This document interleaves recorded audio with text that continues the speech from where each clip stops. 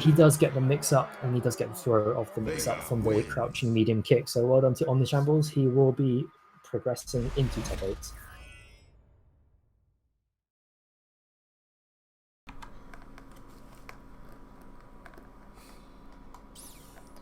Props for carrying that one solo while I try and make sure the stream doesn't explode. So yeah, just a reminder, this isn't top 8 yet. Well, we will be going to the top 8 whenever the next match does commence, but that was more so just to get the stream started, to get people watching, because this tournament does have a larger turnout than usual. This is actually the first week we are capped at 32. We will be raising the entrant limit next week, but for this week we have reached the 32 entrant cap, which is always nice to see. EU scene is certainly growing quite rapidly, which is always good to see. And we weren't expecting to hit the cap actually this week, which is why that cap was actually in place. That was actually just a placeholder cap, but I thought I was thinking that, we will be raising that limit. I thought, what happens if we do hit the cap eventually? And I thought it was wishful thinking. But on the bright side, this week everyone made it into top 32, so well done to everyone. Congratulations. Congratulations, even those who did go 2-0. There is something more to take away from that. And I did see some people did get 2-0'd this week, but on the bright side, there's always a good replay to watch. You got 2 free replays from that if you've basically been bodied in the first round. So make sure you watch those replays, guys, because those are really valuable, especially if you've got really badly beaten. You can see at each point where you got hit, why you got hit, and if you can figure out why you got hit and adjust your general sort of style and your general game plan from there, then I think you'll be making it very far. Apologies to stream as well. I can't manipulate the bracket. I've had to fall back to using old OBS instead of OBS Studio, so it's going to be a bit more janky this week. Hopefully, well, definitely should be fixed by next week, so just bear with me.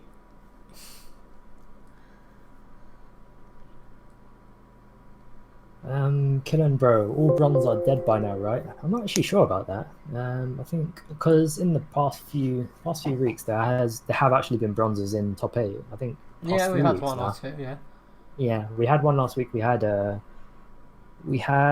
simpler Sront. He usually makes top 8. He didn't manage to enter this week, but he usually makes top 8.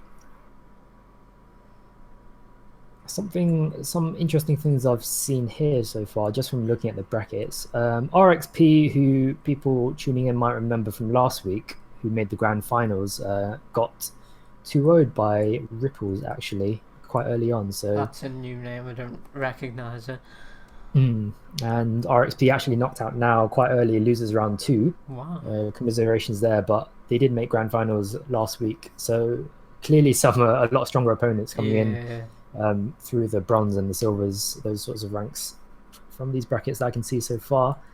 Omni Shambles seems to be a regular in these top 8, so nice to see him in top 8 again. Meemanson got 2-0'd by Shadow Yuri. Shadow Yuri did make it quite far in top 8 last week, so that was always going to be a tough match, I think. Still curious to see if he's on Geef or Ryu. I hope he's on Geef, really. Yeah, we might actually ask him if he was playing Geef or Ryu. Yeah. I think this is his first entry in a while from Meemanson. Yeah, he hasn't played in the tournament, I think, since my second tournament, so that would have been nearly a month ago at this point. Maybe a bit more. By the way, Penguin, chat's just noticed that you've got last week's bracket set up. I know, I'm fixing that right now, guys. Okay. It's because I've had to switch. I didn't update the bracket for my old version of OBS. Module. Yeah, luckily this does serve a good purpose of ironing out all of our technical issues before we actually go into top 8. Yeah, so, actually, if this happened in top 8, it would have been horrible. Yeah, that's what these early streams are for.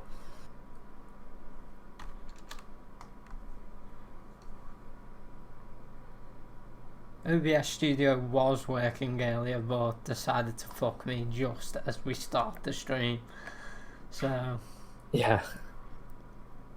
So technical issues do happen pretty much every week, I think. But hopefully this top 8 everything should be all going smoothly, as we'd expect from this professional grade tournament streaming casting. Okay, I've just got to set that bracket. I can't even modify this bracket at the minute. Fuck. Just bear with us, guys. There might be a bit of a wait until top 8 because losers round brackets does seem to be progressing fairly slowly. I think people are It always does. having some long sets and taking a bit of time between. There's a lot of 2-1s, not a lot of 2-0s. They need to think about it. Yeah, they need to think about the character choice, their strategy, their game plan. Yeah. Well, it was like when I had to help Meme with the weekly tournament, and every single loss, because they were all diamonds and flats, after every loss they went back to character select. They didn't even change their character, they just went to character select to think it over. I'm like, I'm so glad this doesn't happen in the Underdog tournament. Yeah, that is quite common, and when you get to the higher levels, people really sit back and try and consider what their game plans are, any adjustments. Sitting there with their heads in their hands, thinking, "How do I win?" But you never know. We've had some kind of bizarre picks in the past few weeks. Actually, some bizarre change of picks. I think your bracket display is a little bit. Yeah, I've fixed it now. Yeah.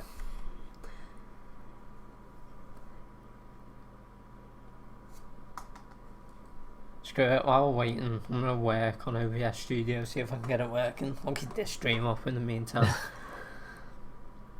Don't want to be defeated. There we go. You can see, you should be able to see all the correct brackets there. Got a new overlay as well for the Discord, actually, I think. The tournament chat, yeah, it should be there. Yeah, the tournament chat is nice. We're upgrading, boys. We're upgrading. Yeah. Every week, I want to add something new to the stream. I'm still failing. This is my 4th time streaming ever. Yeah, to be fair, it's gotten better every week actually, in terms of the quality and us just getting our act together.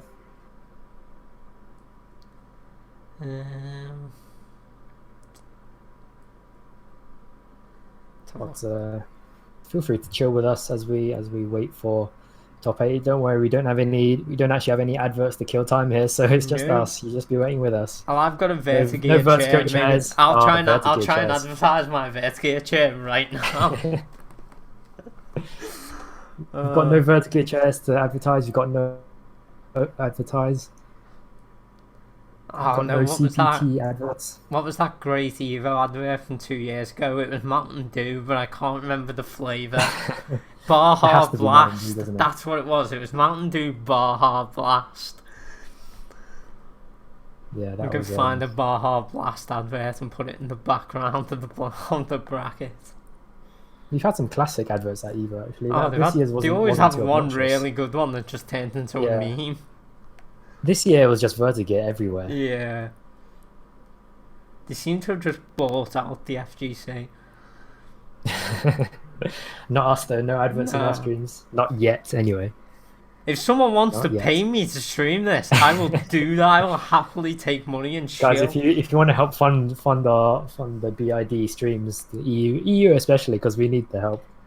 I want a new CPU. Actually no, we don't need the help because our turnout here is actually larger than I think any tournament there has been so far. Oh yeah, BID. It is. Get wrecked, then. I think I've realised what I've done for... do I realise? No, I don't. Okay. Ignore me, I'm wrong.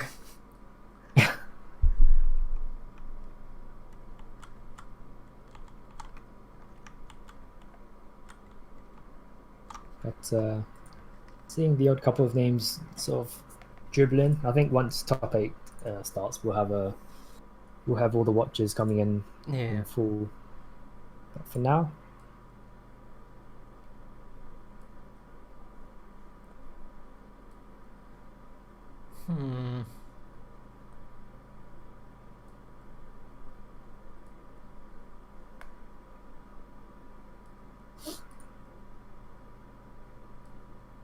But yeah, Meemanson now knocked into losers by Shredder Yuri, but he is facing off against Hop Healed at the moment. Don't recognise that name actually. No, neither I. There's a few people just even before top 8 just waiting for their opponents, actually having some long sets. Duff Socks and Natu still to play. C Tatsu and Supers BN also still to play. This is in round 3 as well. Yeah. Still have round 4 to go until top 8. Omni Shambles against Linky. I don't recognize that name, but Linky Linky, actually, I do recognise. I've seen him around the Discord. I'm not sure right. who he plays though, to be honest. See, this is interesting because Linky's 2-0'd everyone so far, including the person who 2-0'd RXP. Nice. So he's on the run there. That'll be tough for Omni Shambles, actually, I think. I kind of want to rewatch RXP's games and the game he got knocked out of winners. Yeah, it was a long tournament, but it's Yeah. a very good tournament to watch actually because RXP made, I think, pretty much made in every finals came back Yeah. from 3-0 to 3-2, apart from the grand finals against Senzo, I believe. So that was good to watch. It was a Underdogs tournament for real, that one last week.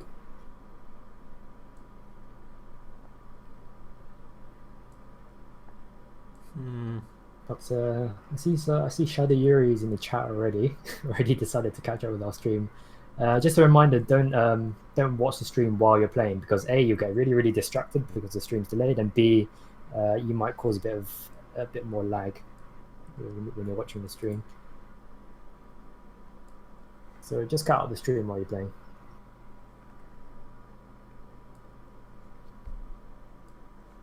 Is Vinegar in the Twitch chat? I was hoping I could just shout my problems into the mic and he would try and help me.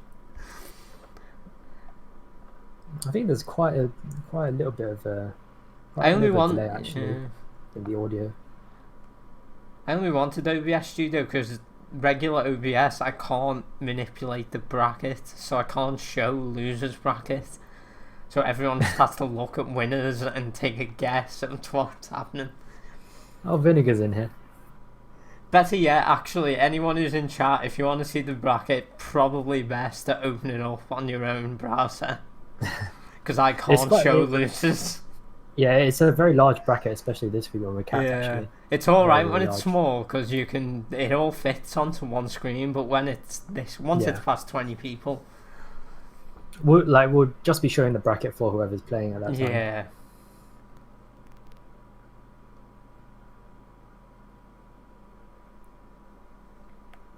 I see Senza's just got knocked out. They were in top 8 last week as well. Yeah. Got knocked out by Harp Healed, who's now playing against Meemanson. Come on, make top 8. Senza did pretty well actually in top 8 last week. Is a very patient defensive Ryu, I think, from what I can recall.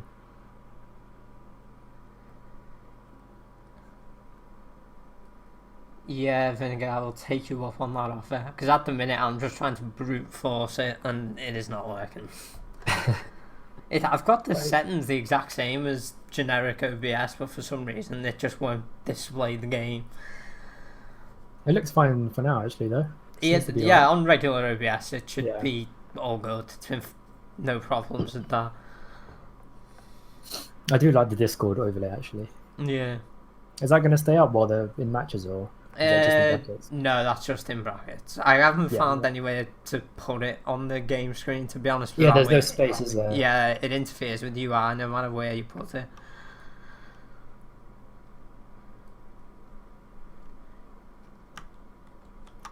There we go.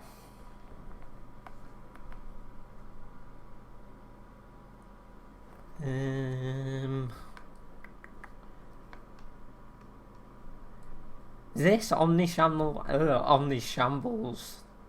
This is their top 8 in a row now.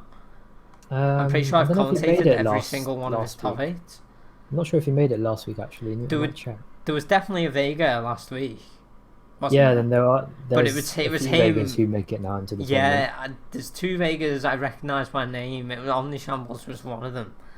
I know by name. There's Spyron as well. They make it the top 8 sometimes. That's who I was thinking of. Yeah. There's another one called Nevin, who I'm not sure if they made PTF. Made it. Yeah, and then Omni Shambles obviously, and there's one more. I think. You can tell I've noted down the Vegas by name. Yeah. I've seen you talking to them in lounge chat, to be honest. Yeah, just so I can take them under my wing, make sure they get far. Yeah. Who else? Harp Harpfield is a name I recognise, but I'm not sure who he plays. Oh, these names. Area Tolk. I'm just going to say sorry if that's wrong. Don't recognise that name either. So, I like seeing new names though. It's always good to see new blood. Oh, memes out. Yeah, I What? just seen. So Neemanson is out. Oh, meme, that is disappointing. You've let the side down there. Well, you've let me down. I was really excited to see meme in top 8. It'd be God interesting to damn see it. Hartfield now in top 8. Yeah. And they'll be facing off against the winner of Dive Gaming versus Duff Sucks. Dive Gaming, I've seen the name in the brackets for that. I'm not sure if I've Yeah, seen I've them in never top 8 seen him in before. top 8 now. So this will be the first for them, I think. Yeah. Ripples and Supers BN still to play. Ripples, the guy who 2-0'd RXP, the grand finalist from last week.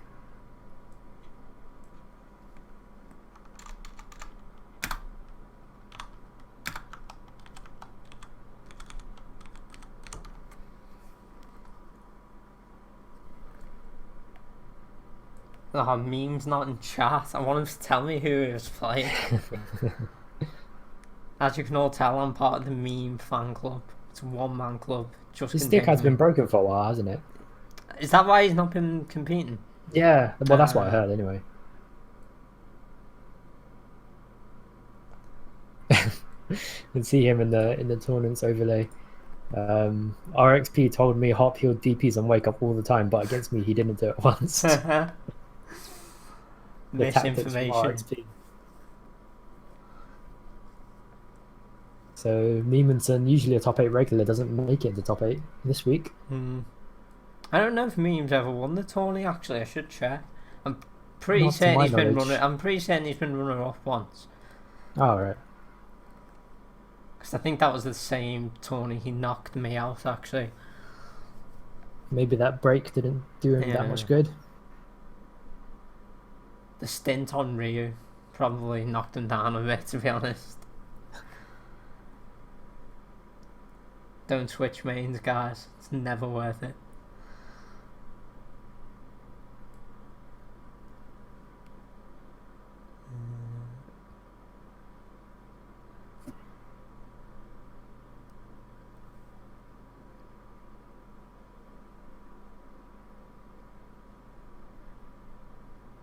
Oh, apparently I missed drama.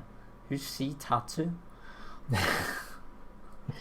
Yeah. Sorry guys, I'm gonna go investigate. I love tournament drama. Oh yeah, right, I see what's happening. Major. Don't be salty in chat, guys. Come on. Yeah, just a reminder that there is a sportsmanship rule. So any unsportsmanlike conduct, you will be disqualified for a week from these tournaments.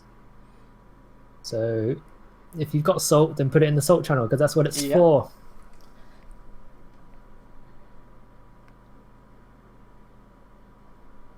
I think a lot of people do forget to use the salt channel. Yeah, I don't ever type anything on from salty. I just sit there and silently rage. Just clench my fists a lot. Lately it's because I'm playing Jory and everyone knows Jory's terrible, so there's no point in me putting it in the chat. Just keep it to myself. I'm pretty sure playing Jory's made me worse at this game. I don't know how, but that's what I'm going to believe it on. I don't think so. She is actually good for a neutral game though. She's no Karen, but I mean, she does have a good neutral game. I've spent too long off Mika as well. My Mika's gotten really rusty. Like, I haven't played any ranked in about since I hit gold. I haven't played any ranked actually. I don't think I've played any ranked since a couple of weeks actually. I've barely touched Mika in about 2 weeks. But there's no incentive to play ranked when you reach gold because exactly. It's unbearable over in gold. I'm not gonna hit platinum anytime soon, so it's like I can't be bothered. I'd rather just sit on gold forever. No one can knock me down if I don't play. See, guy in chat, drop Jory, he knows. I bought the But game he for plays Jory Ryu as now, well. so like This guy, dropping Yuri for Ryu is just like betrayal. this guy is me. Drop Jory, bought the game for Jory. I know that pain. I've got a fucking £60 figure of Jory in my room, dude. I know the pain. I don't want to know what you do with that. It's in a glass case. I can't even get at it. It's alright. Sometimes I take it out and I sit there and cry. That's what I do with it. She's And not that bad. I think some I people think actually, personally, some people do keep her out of bottom tier actually. I put her as the worst character in the lists. game, and I know people would call bullshit on that, but I don't care. I would generally rather play Zangief than play Jory. I'm really reluctant on these sorts of bottom ones because it's just like I don't know Sim and I don't know Fang Yeah, well enough to really have an it's opinion more on about whether they can beat the bottom one. you can put an idea of the bottom five, but I guess Bottom five is reasonable, I think. worst Yeah. characters just who do you least like personally, and for me it's Jory. But I still play her. Worst is debatable. Top one is like 90% of people will agree Channel Ryu. I But say worst is Ryu. debatable, I think. I've not fought enough Chuns though, to be honest. You fight a lot of Ryus, you don't fight any Chuns below gold. Yeah, So you it's see a hard lot to of form an Chuns opinion. you see a lot of Chuns in tourneys though, and in I'm inclined to those, say top 16s and top Ryu 8s, but because I think Chun's harder to use as well. I think she's a bit more technical than Ryu is. Like, once I you admire people who can instant air legs as Chun, no matter how bullshit that move is. yeah, especially the instant overhead to air legs, which exactly. absolutely shouldn't be in the game, but it Yeah. is. But it is hard to build off at least.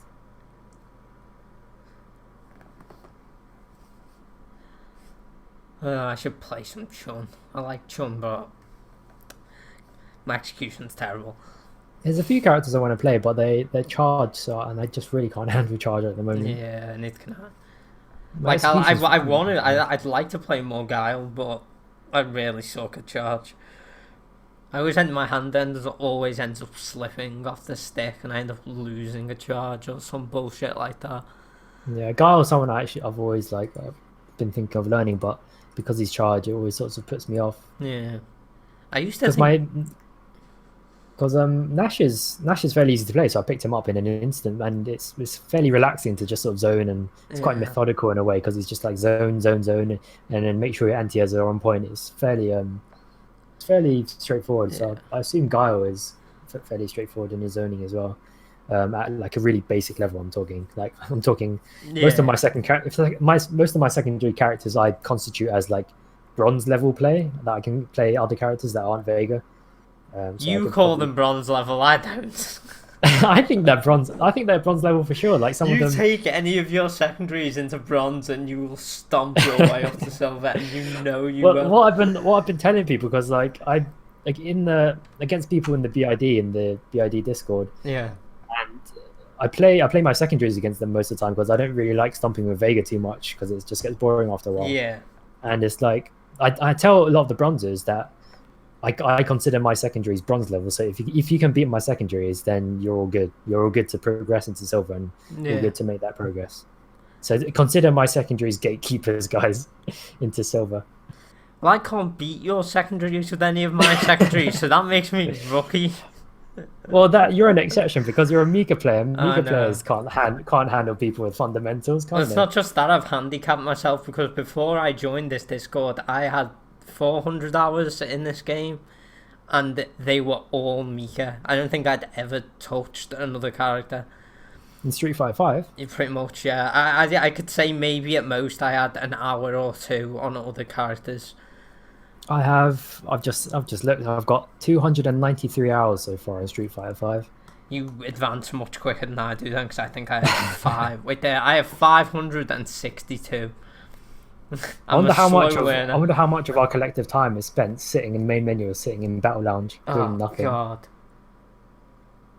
But 293 hours is still quite a lot, I think. Yeah. We do have. Oh, I think we're ready. We're ready now. Cool. We just making our way down. We're just on Air Moon's Shadow Yuri. Yeah, we're not going to start yet. Just going to take a Don't worry, it quick gives me time split-second to break. fill in the Make names. sure all our technical stuff is ironed out, and then I'll be back on, and we will be well on our way with top 8 stream. Yep.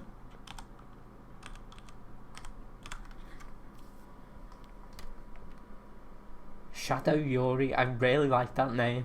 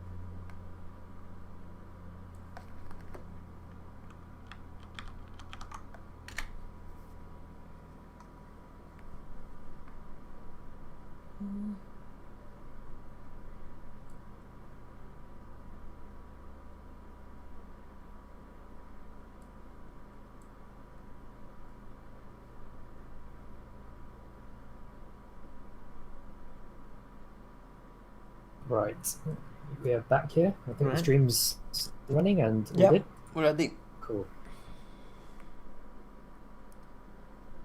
So we are just gonna make sure we are back, and then. So first match of top 8 stream will be Shadow Yuri against Air Moons. Air Moons I don't recognise. Shadow Yuri did make it into top 8 last week. We did watch them progress a fair bit. Is this the first birdie we've seen in top 8? I think so. I've not seen a birdie on stream so far, actually. Well, I'm rooting for the birdie. I'm rather sick of Laura's, to be honest. We've seen so many. But, Sorry. Shadow Yuri does have a Laura here, so like it or not, we do have to watch them. But birdie should be interesting. We don't see a lot of those at this level, actually.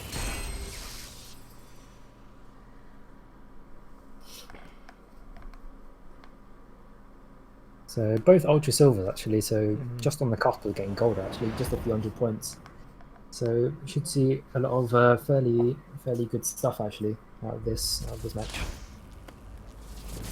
Not really sure how the matchup goes between Laura and Birdie, but I know that Birdie will want to do his best to keep her out and stop those endless 50-50 mix-ups. So Shadow Yuri, potentially the only Laura in top 8 actually, against Birdie. Does have to watch the jumping again. I've seen both Lauras last week, did like to jump a lot. Birdie has really great anti-airs if you do telegraph your jumps like that.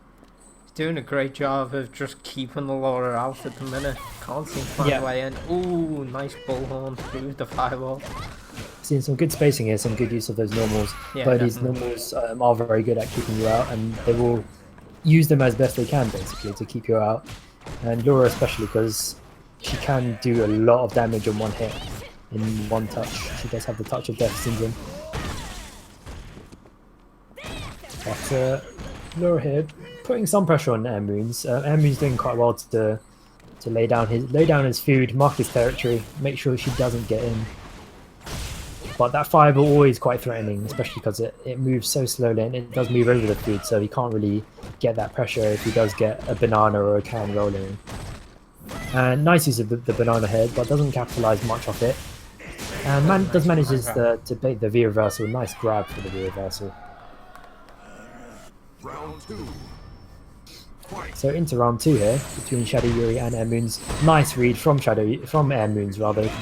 Shadow Yuri trying to dash in straight away from the start, but Air Moons had a good enough read to get the EX grab straight away. But Air Moons has to be quite patient here.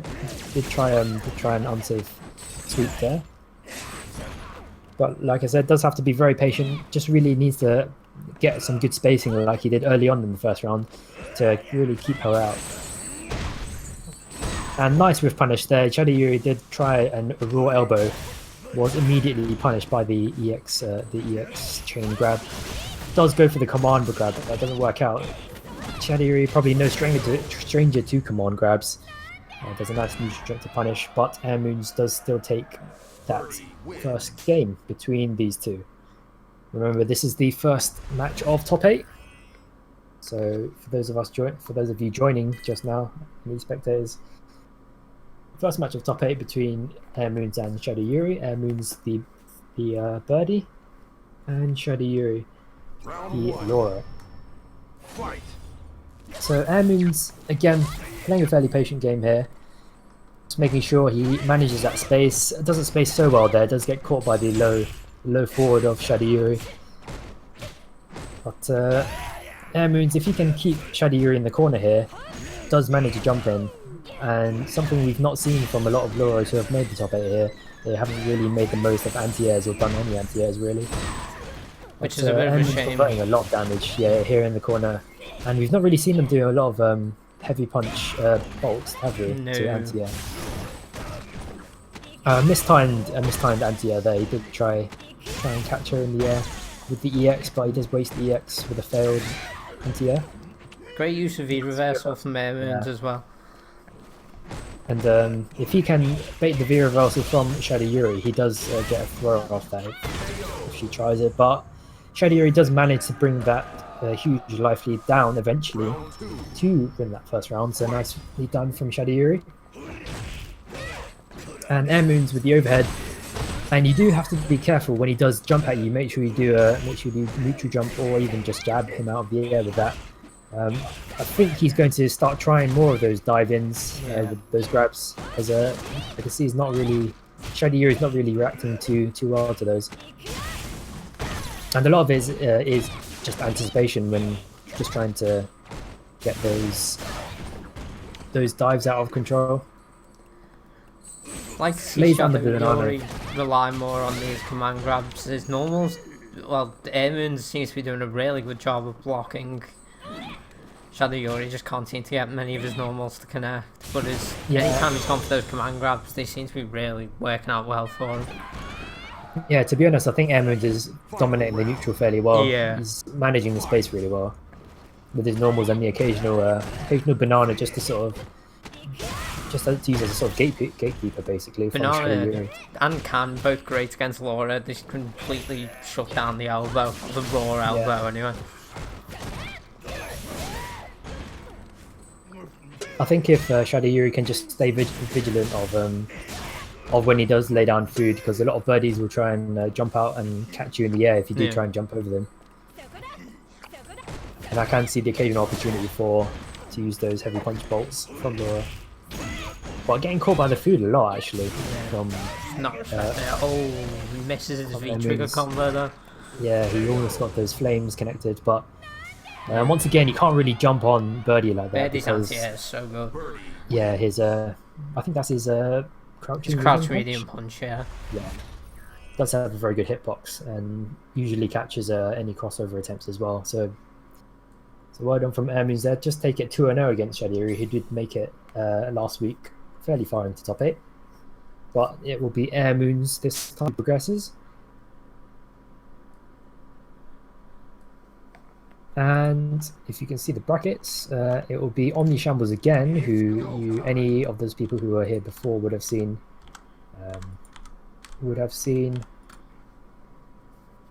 in top 16. Sorry, so we're just taking care of the lobby and the brackets. But for the other 16 of you who joined fairly recently, we are commencing top 8 now. We have commenced top 8 rather. We're in the second match of top 8, and this is Omni Shambles versus Linky, and these will be the winners from here. And then we'll move into the losers, so the winners can have a break, and the losers will duke it out by themselves, while anyone in the women's finals can just sort of chill. Yeah, so I'm quite interested to see Linky in this one. Seen the Yeah, name Linky's for. had a very good. Seems to have a very good run throughout the whole brackets here. Yeah, toured his way through to the top 8. Yeah, and managing to 2-0 Froststeiner, who I have played personally, and it's not a weak opponent by any means, actually. It's quite impressive to have a 2-0. And a 2-0 against Senza, who did make it into top 8 last week, but got knocked out before in today's tournament.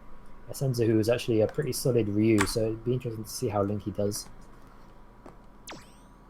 Also of note is the fact that Linky knocked out the same person who, or not the same person who 2-0'd RXP, who was the grand finalist from last week. So this should be very interesting to see how Omni Shambles can handle this. He did have a bit of trouble in that top 16 match against Harbino's Nash, but Nash is always fairly tricky for Vega. They're not really used to someone who can keep up with their speed like that. It should be interesting to see who Linky goes with against Omni Shambles, as most of us know, is a Vega player. This will be Ken, who is this is a very tough matchup for Vega. Okay, I think this is definitely our first Ken we've commentated. I don't ever recall seeing there was Ken one about 2 weeks ago. Was there? They actually faced off against RXP. Wow. I remember. Shows how good my memory is. RXP was really struggling with those dive kicks. But this will be a tough matchup for Omni Shambles. It'll be interesting to see how he handles someone like Ken, who can be just relentless off a knockdown. Absolutely relentless in the corner as well. But Omni Shambles again going straight off with the claw off, which is not a bad dagger actually by any means. Classic Omni Shambles there though. It was an unsafe dive and unsafe slide into unsafe roll. Yeah, if he doesn't at this stage, if he doesn't learn that roll is not safe, then he might pay quite a lot for that. But fairly calm match at the start actually. They're both fairly willing to duke out in neutral. I think Linky's just fishing for that hit confirm, isn't he, like most Kens tend to like to do, but he does have Vega in the corner and Ken really dangerous in the corner here. That was a but nice ball dive from Omni Shambles, nice ball jump. But you just have to make sure he doesn't get too predictable, and that slide is not a wise thing to do when you've got Ken crouching in the corner. Just needs to be patient with his offense here. Just needs to be confident in walking up with something like those standing mediums, and if he's good at whiff punishing, that crouching medium punch, very good for whiff punishing there as well. But he does have Linky in the corner again. Doesn't go for the slide this time, perhaps wisely so. But he's not catching these run cancels. I think you can jab them out if he does try anything like that. But Linky does get the hit confirm again. Omni Shambles dangerously close to the stun. That will be stun. He's in really big trouble here. This might kill, and this will kill. In fact, lots of damage from the stun from Linky. So Omni Shambles definitely has his work cut out for him here against Ken. But it should be interesting to see how he adapts.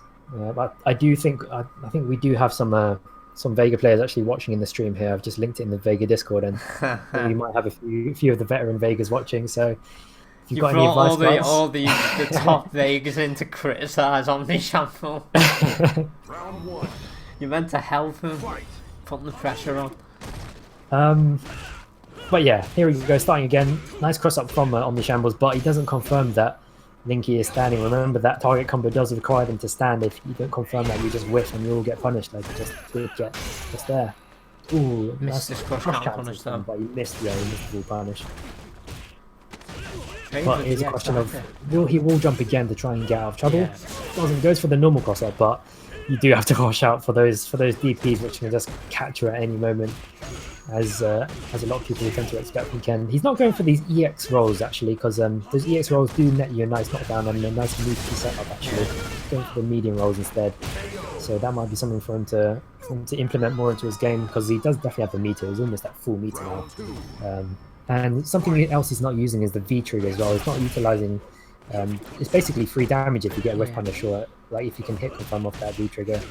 And Vega should ideally get 2 in one round. So, and not just that, if you're going to slide as much as Omni Shambles does, use the V trigger to make your slide safe at the very least.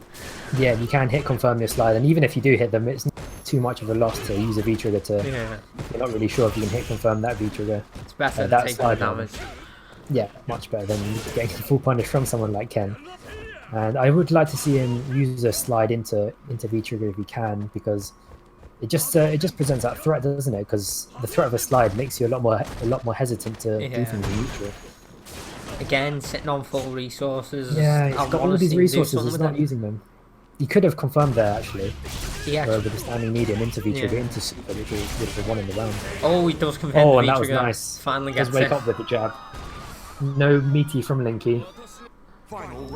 So when we were wondering when he was going to pull out the V trigger, he does actually pull out the V trigger around. Maybe he's listening.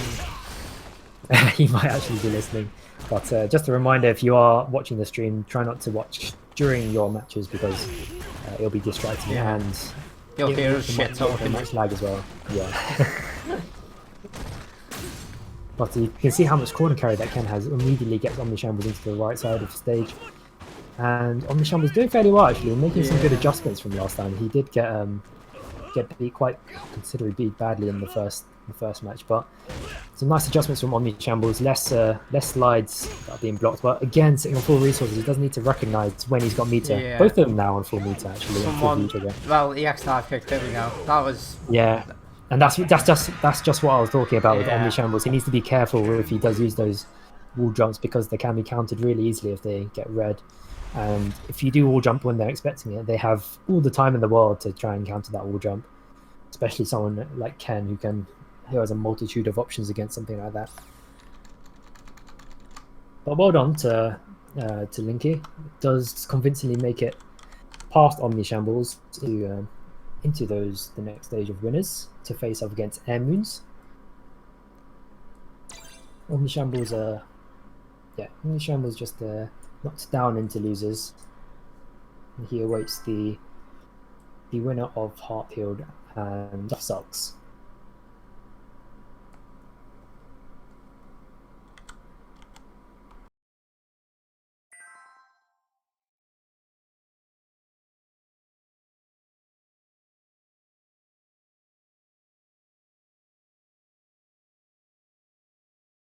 So we'll just wait for the run of guys to come into the air.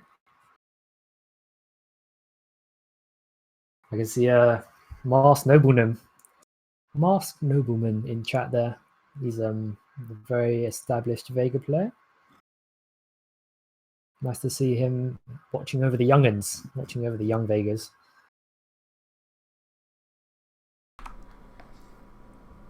How many more Vegas will we have to watch in tournament before they stop doing unsafe slides and unsafe rolls? As many as necessary. We've been commentating Vegas for 3 weeks and they're still doing it. This is the way it should be. Vegas in top 8. This is our aim over at the Vega Discord, to get as many Vegas as we can into every tournament you can find on Reddit and Discord. Actually, this will be motivation to all the Vega players who are in bronze or silver and are watching. The day you stop doing the unsafe rolls and the unsafe slides is the day you make gold. There. That's motivation enough to stop. We are just waiting for the first match of the losers bracket here. It'll be Heartpeeled versus Duff Socks. And I believe Heartpeeled has made his way into the lobby. We're just waiting for Duff Socks here. Heartpeeled, it looks like a Ryu who knocked out Meemanson.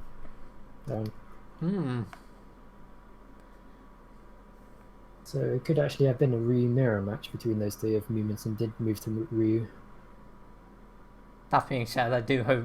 Actually, it would make sense, though, if he was playing Zangief and he got knocked out by Ryu. That's very plausible. Yeah. Not a fun match. Well, nothing's a fun match for Geef, but, that especially. Looks like both of them made it in now, so we'll just wait for these two to accept them. It looks like a Ryu mirror match, actually. The most Sleeper matches, they say. The Goku versus the Goku. Vanilla versus Vanilla. A match of the ages here. Duff Socks is Irish though, so I'm gonna root for Duff Socks. I've got a bit of Irish in me, so I know what I'm getting behind.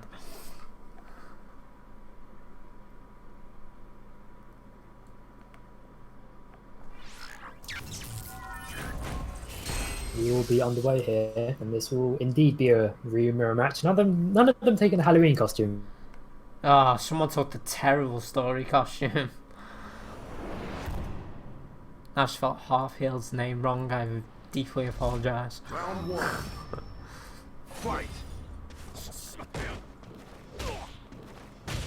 But both at Super Silver, just on the cusp there, just going over Super Silver. So both Ryu, so they should really know this matchup like the back of their hand, really. Yeah.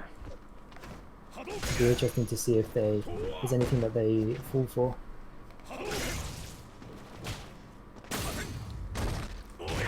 But an onstage sweep there from Hartfield, and both being very cagey. I think they're very aware that the other guy knows. Not too much. The game plan does seem to be very similar. To go off here. Got a bit of downtime on our hands. We do. If you would like to hear about my week, I've had a very interesting week. But we do have an interesting neutral game actually here, because obviously they both have the same normals and we're very solid in the neutral as well. They call this the purest Street Fighter. But nice cross counter. Oh, he does mess up the punish combo, and Duff Socks does mess up the counter. His counter punish from that. I'm not sure if there's a bit of lag here. They're throwing some punches in at full screen. Yeah. I think they might be trying to fireball. That crouch medium anti-air. Eventually.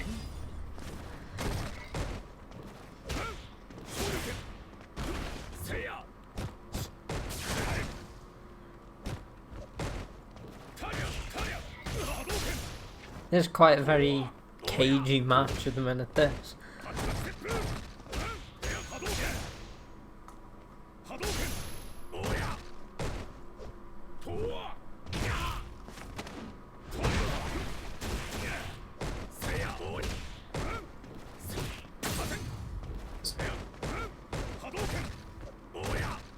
Oh, one take sweep, that's gonna get punished again. I know a lot of less good Ryus tend to really fade, they're just sweeping at any time. Please don't do that, guys. And I can't even... there we go. Duff Socks takes that first game. Bit of a cagey match. Lots of normals just being thrown out.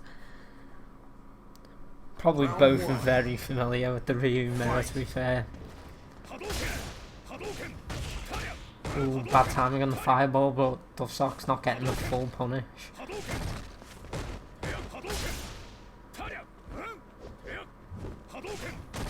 Again, a lot of them, both of them seem to be blocking the start of these combos and then letting go of block on the last hit.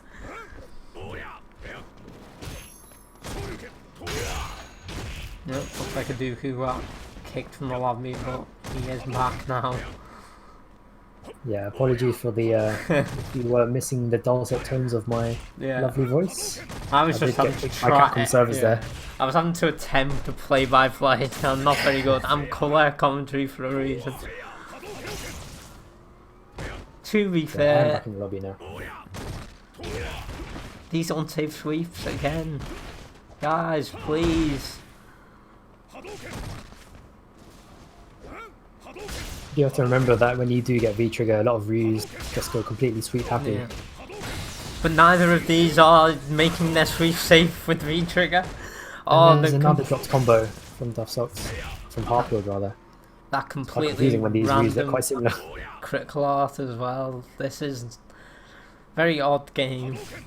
Might just be because it's the mirror, it might not be. I'm giving them the benefit of the doubt. Again, the crouch medium punch catching the start up with the jump.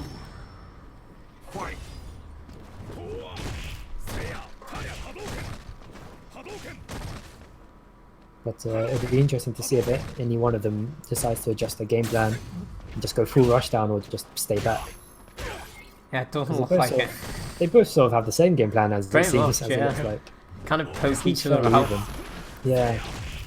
And they, these 3 sweeps in a row, I can't handle Yeah. these. Neither guy is getting full combos off any of their punishers. They're just seems a lot of stray hits.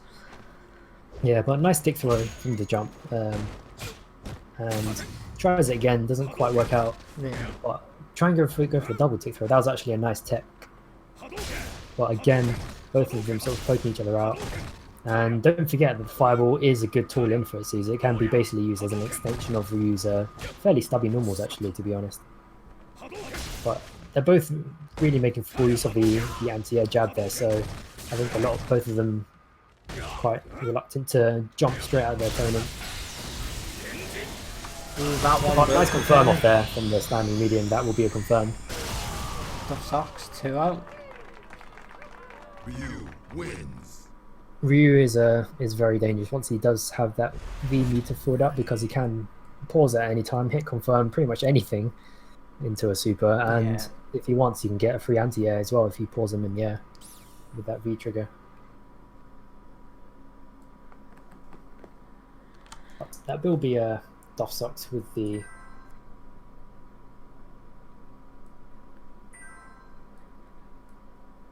and then we will be moving on, and later on they'll be facing off against Omni Shambles, but for now I think we've got Supers BN and a name which I'm struggling to pronounce here, but I think it's called Area Toll C, maybe? I went area Tolk.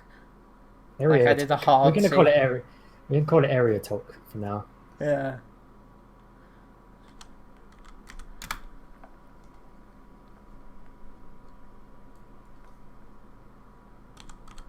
So we'll just wait. So there you can see the Ryu mirror match. You know, that's glory there. Oh yeah. Glory. A match That's for one the word. ages, they say. But as you can see, two Ryus with basically the same game plan, just trying to outfit each other, trying to get the old hit confirm as well once they get the V trigger. But this will be a match between Supers BN, which is a Super Silver Ibuki from Germany, and they were facing off against Area Tolk, as we've decided to call him. Yeah. And not sure what character he plays yet, because he's yet to make his way to the lobby, but Ibuki matches are always very fun to watch. And we'll see if we another can pull Laura. off. And there we Yay. have another Laura. Another Laura. and I'm we'll so see sick of Laura. She And we'll is see by how- far the most how this Ibuki overrepresented fares. character in the EU. It's ridiculous. Yeah, EU loves Laura. Laura extremely popular in Europe. If we were At any level casting of the like game, anyway. South America tournament, I could understand the overabundance of Laura, but I don't get EU's obsession. Laura mains are just people who are too ashamed to main Mika. Like, they don't want to be that cheap. So it's like, I'll go for the next tier of cheapness. Bold claims from the Mika players here. Exactly. I'm But, taking you all down with me. What they will be facing off here, Ibuki against Laura. It should be interesting to see Ibuki's game plan against Laura. Yeah. We've seen But one there'll or be a lot two of aggression from Ibukis. They get the knockdown. Alton's body, obviously our most notorious Ibuki, but did move on to gold a few weeks ago. Yep, So previous it's nice to tournament see winner, now gold. someone else filling in. Round one. But they do get the full representation here from Supers BN. But Area Talk making good use of that anti-air jab, which Laura now has apparently. Sam head kicked through the fireball. That was nice. Yeah, remember Ibuki can do quite well in jumping, like basically hopping over fireballs with that hop kick, but not really managed to convert any damage so far off of Area Talk. Yeah, He this is is going to be a just dominating perfect. this match so far. This will be a perfect.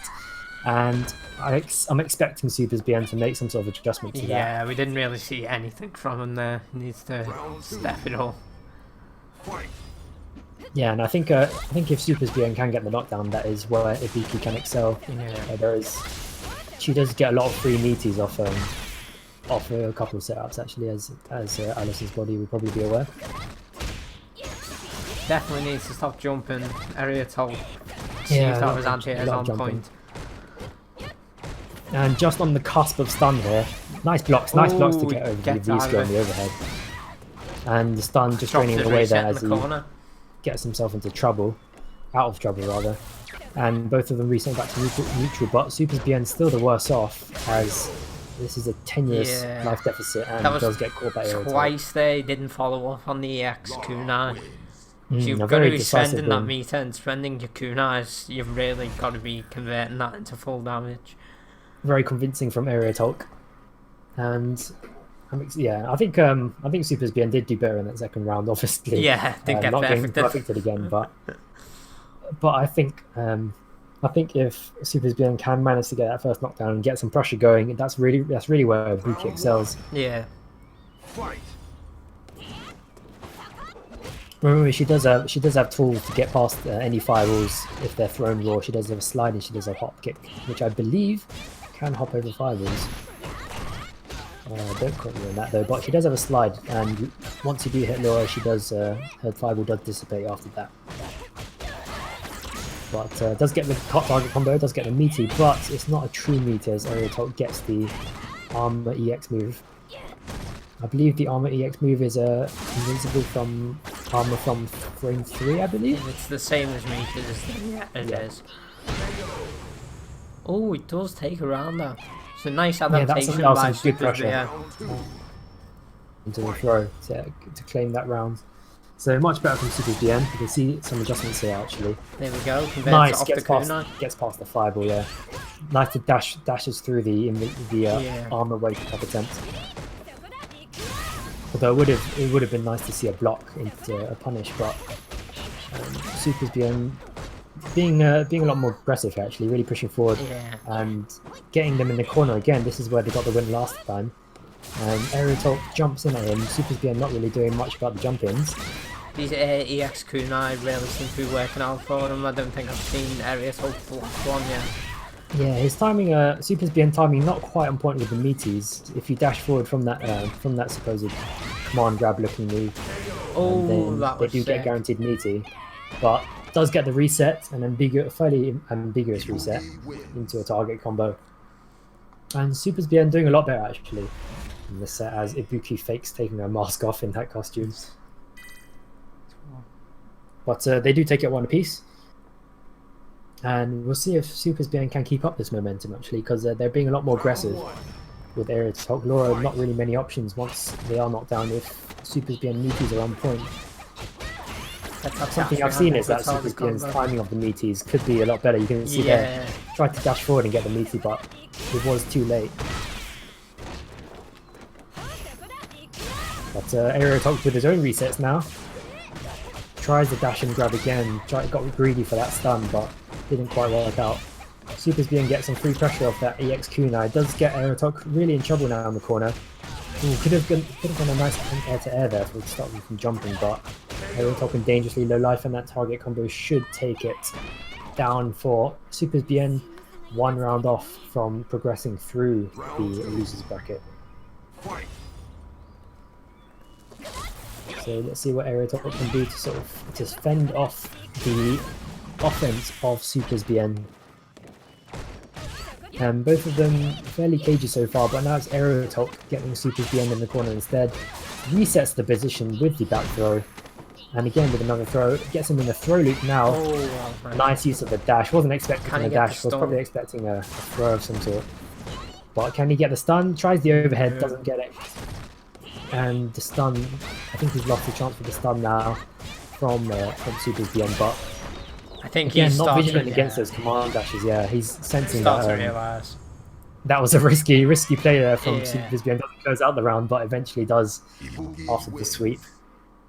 Those command dashes are super punishable, but Aerotalk just clearly no idea on how to deal with them. Couldn't. Yeah, and I think they were quite confident that sweep would finish off the round. That was quite a surprise from both of them actually. But nice adjustments from Super's BN, and they do progress through the losers bracket. And later on, they will be facing off against Shadiyuri. So Area Talk did make it into top 8, but unfortunately did not make it past the first round of top 8 to make it through. And we will be going through the bracket.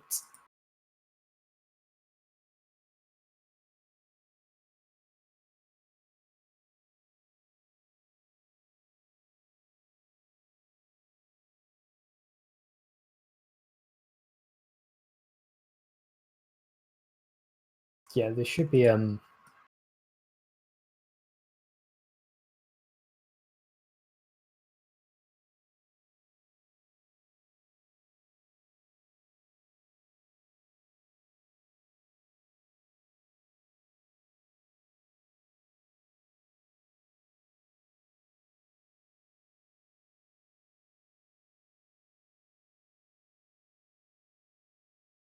think they should be ready for accepting invites anytime soon now.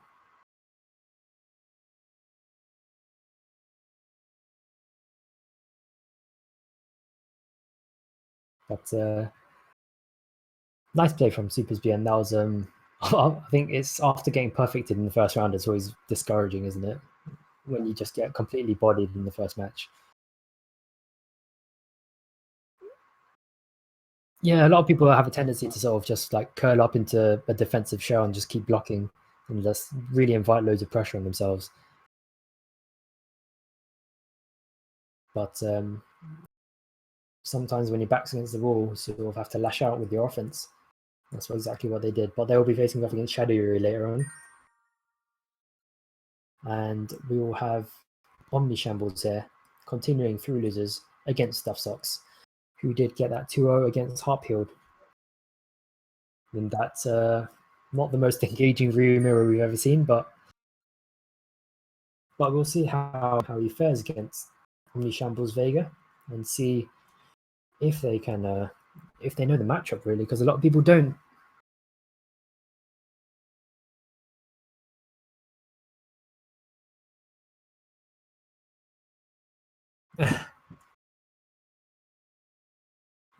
And it's quite interesting to see because Duff Socks is, especially in his last match against Harpfield, he did stay in the neutral a lot, tried to play footsies, but you can't really play that game as much against someone like Vega.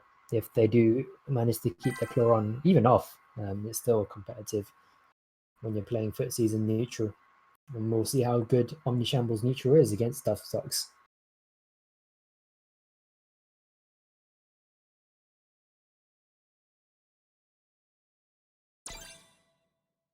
So this will be the third match so far in losers as we continue. The winner of this making it into the next round here, and this is knockout from here.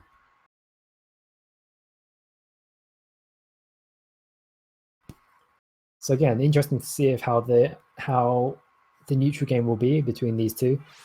Omni Shambles seems to be a big seems to favor the claw off a lot of the time, the clawless Vega.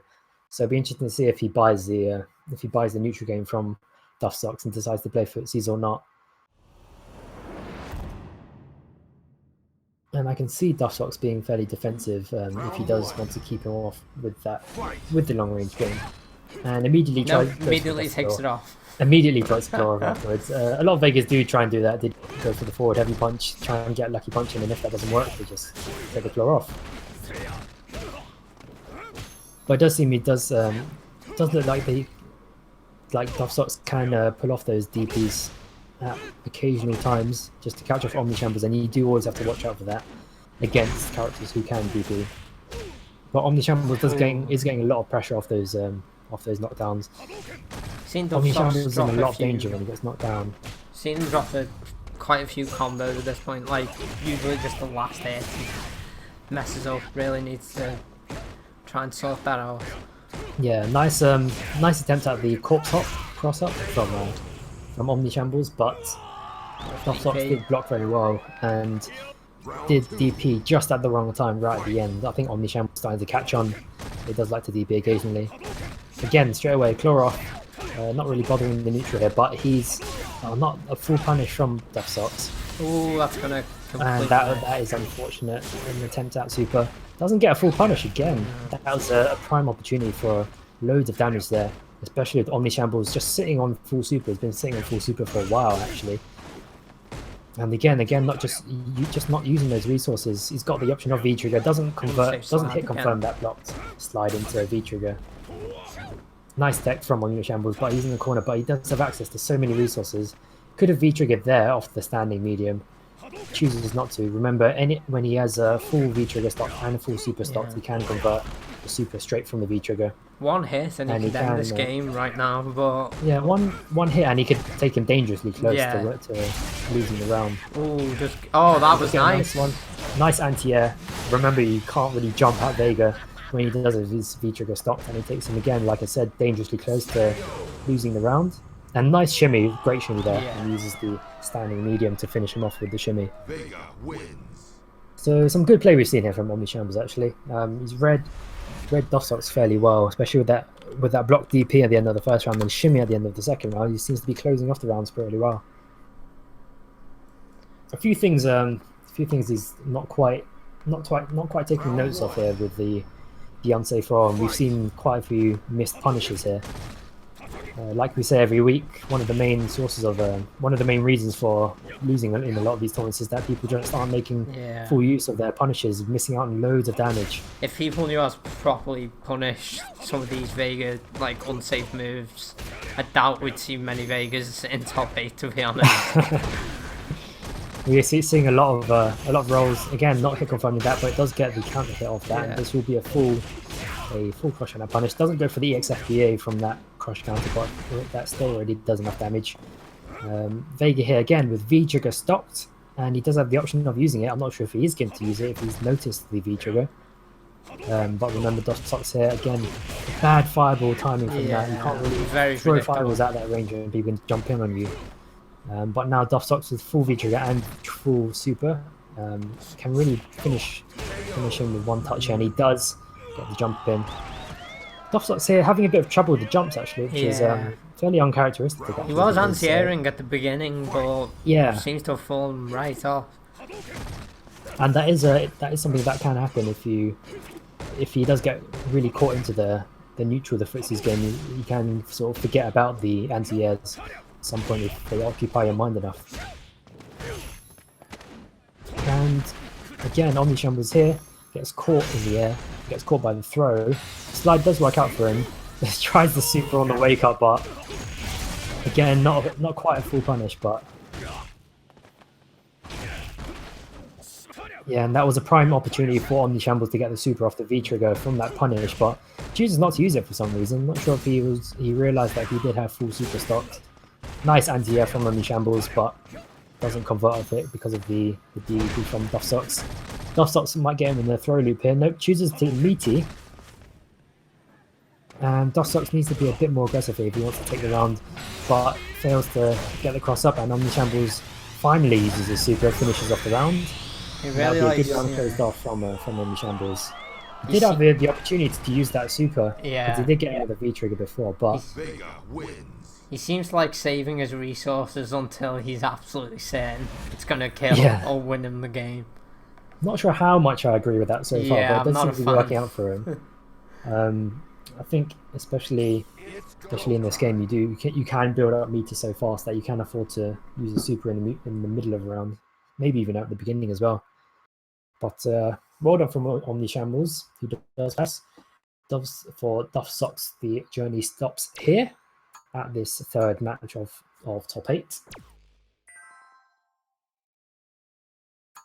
But Omni Shambles with a good OK game there, actually. He did read a lot of Duff Socks, wake up DPs and even his wake up super actually. So he did a nice job on really pressuring him and keeping guessing during the knockdown.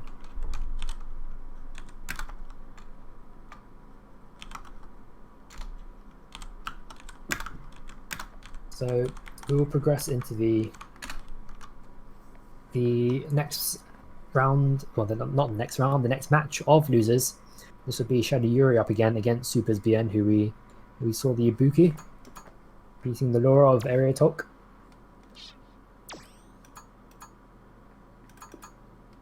But well done from Omni Shambles, who does make it through, and the winner of this Shadow Yuri and Supers BN. This should be a Laura against Ibuki again, from Supers BN, probably bored of Laura at this point, because having to face two of them in a row in top 8 is never the most fun thing to have to put up with. But we will be moving on into this losers. And then after that, we will be going back to the winners, who will be facing off in the first of 3 in the winners finals, and the loser of that will go on to face someone in the losers finals.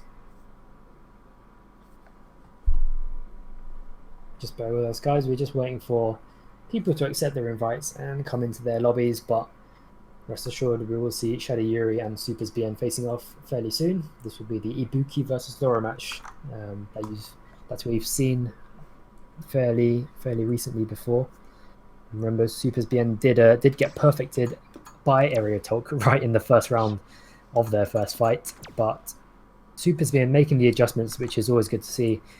One of the big things that you need to do in these sorts of at this level in these tourneys is making sure you're paying attention, basically, making your adjustments, and making sure you can read their game plan and change yours to sort of adjust accordingly. But we will be facing off here with Supers BN and Shadow Yuri. Hopefully both of them not have the stream up, so just to reduce the amount of lag possible.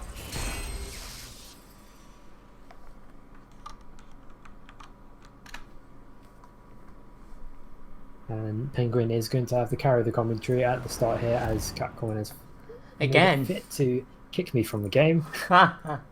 This is happening every week now. So by the way, just the shout outs to Capcom server maintenance, which is always good. Good to see they're fixing their servers, not kicking people out at random while they're trying to cast tourneys. Nice read by Shadow Yuri there. Didn't see many of those anti-air grabs from Laura, so pretty hyped to see one straight away. Tournaments. Okay, you did just whiff one though, so maybe my praise, it came a little too soon. Maybe he has got the stream open, went to his head. Ooh, Ibuki does go for the V-trigger reset, but every hit block. Again, whiffs after the EX kunai. Still got one bomb left, maybe we will see him close the round out.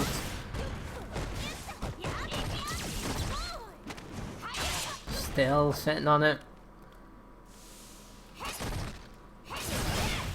Ooh! Shadow Yuri just EX elbow right through the kunai. That was quite close. You knew he had that one kunai left, just waited for him to pull it out. Good read by Shadow Yuri there.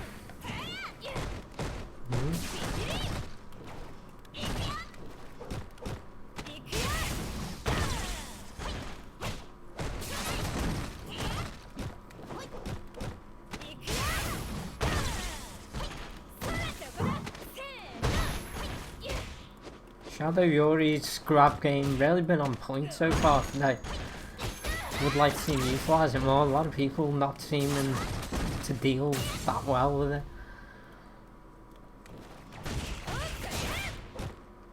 Catches BM just out of block. One more will do it for Shadow Yuri. Oh, grabbed out of the X elbow. That was close by Super BM. But again, eats another grab. First game, Shadow Yuri. Looking pretty decent on this Laura.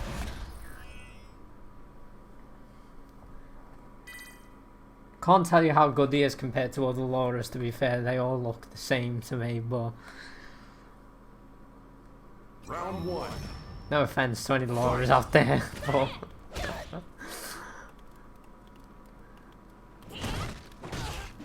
It's a lot of this facing off in the neutral, just both characters waiting for the other to do something. Nice anti-air by Supers. Seen very few of them today from him, so pretty nice to see one. Would like to see him utilise more of the command dash. He kind of tore his last opponent up with that, and haven't seen him test Shadow Yuri with it yet. And there we go, straight into the command dash target combo. Wonder if he'll carry on with it, see if Shadow Yuri can react. Again with grabs. Shadow Yuri getting so much mileage out of him. Again with this strange stare down. Now the carry don't want to go in. Connects with the overhead into the command grab. Super's BN really needs to stop eating these grabs. Maybe a neutral jump here and there if he feels like it's coming. Round 2. Fight.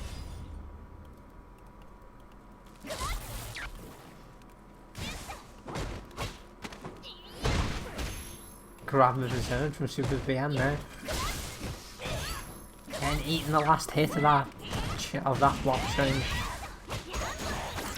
Nice command dash there, just get it, your Ibuki craziness started. Haven't seen enough of that from Super's BN.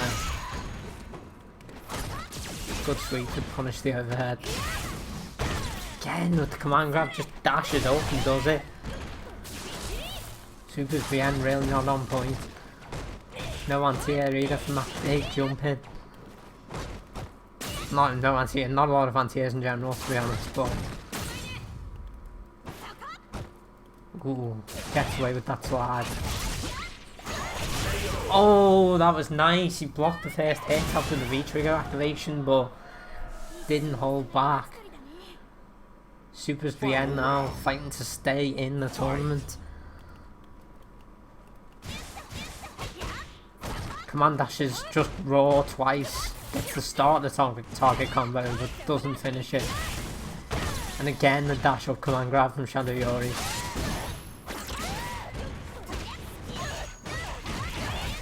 Ooh, Super's BN gets that slow overhead, doesn't fully convert. Nice V reversal from Shadow Yuri, gets him in the corner, applies the oh, nice crush counter. Just pressing buttons, keeping Supers in the corner, and that is it. Another command grab to finish it off. Really good pressure by Shadow Yuri there, just keeping Super's BN pinned in the corner, refused to let him move. Really nice stuff from Shadow Yuri. Progresses on. Progresses to losers finals to face Omnishambles, Vega into Laura. That is Omnishambles who did make it past Duff Sucks before, and they will I think we'll make them wait actually if we go into the winners finals and then losers finals. Yeah, it sounds good. That was a good match from Shadow Yuri there. Definitely seemed to have evolved since the last game.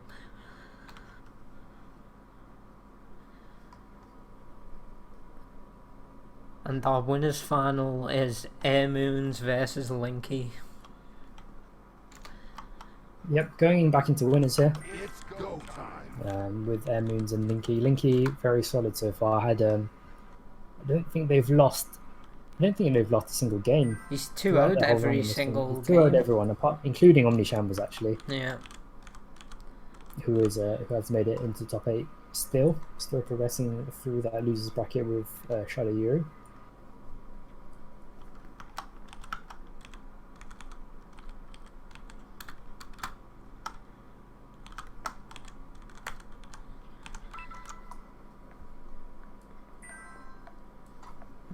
Here's I was kicked from lobby. I've got to rejoin. But we will be just sending out these invites, just sending out these lobbies as we do go back up to winners brackets. So just bear with us as we wait for this matchup, which should be quite interesting.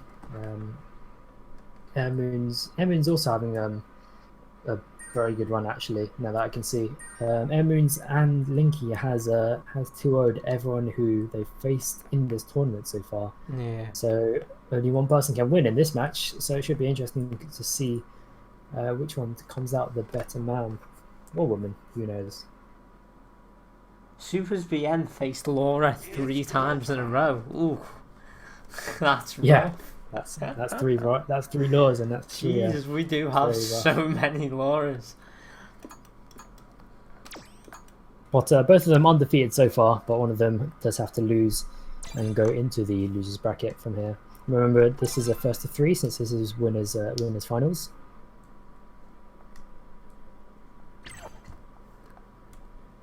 And both of them French actually, so they should have some fairly good connection with each other. Both of them on PS4 and both in Ultra Silver. But it should be interesting here because Linky has a Ken who can be very aggressive, especially off the counter confirm. Yeah. Hit confirm rather. But we've seen Air Moons who does like to space very carefully, does like to keep that distance. So it should be interesting to see if he can keep that relentless Ken off him.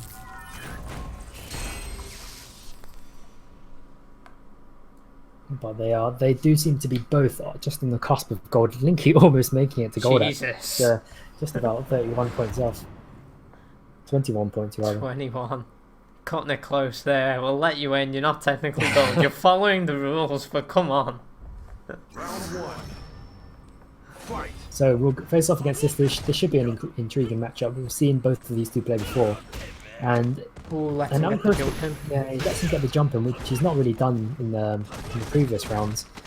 But that is an unsafe that, so he does get a throw off that to reset their positions. He's going for these dive-ins.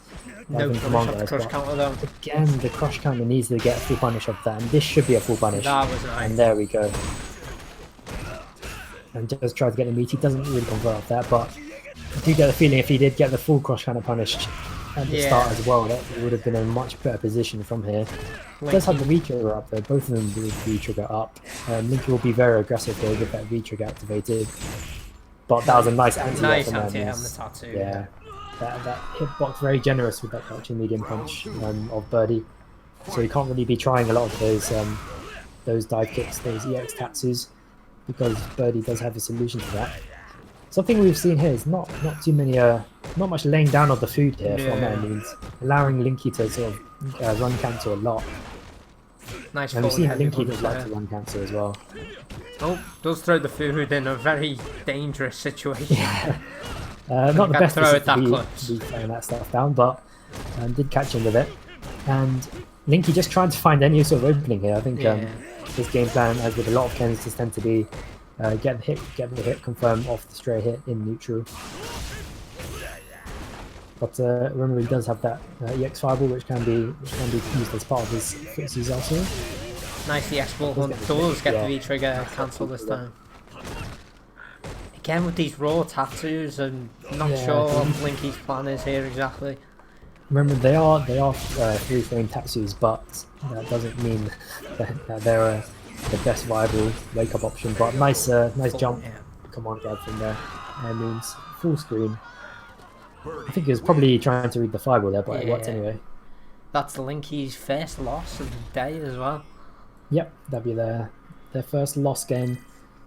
So no longer undefeated, but by no means out of this, as we are. Remember, this is first to three in this winners finals. Round one.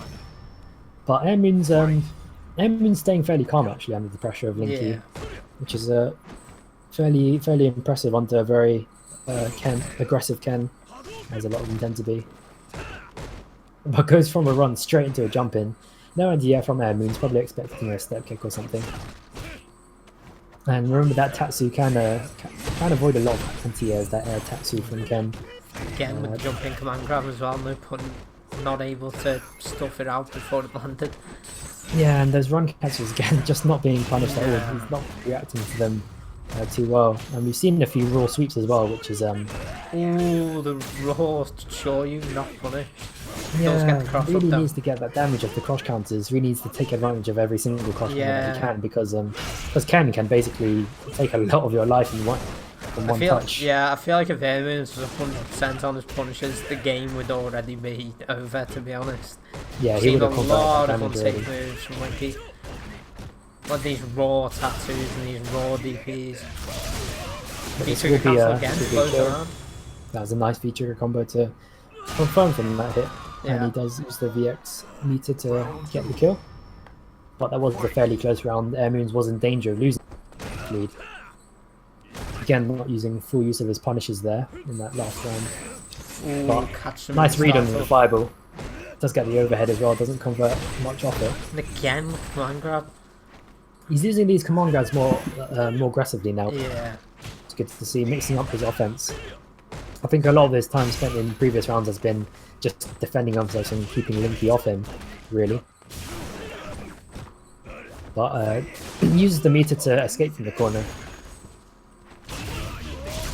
And again, with those, he does really need to watch out for those the wake up stuff from Linky, because Linky isn't blocking too much on a wake up. He's doing a lot of DPs or even Tatsus on wake up, as you've seen.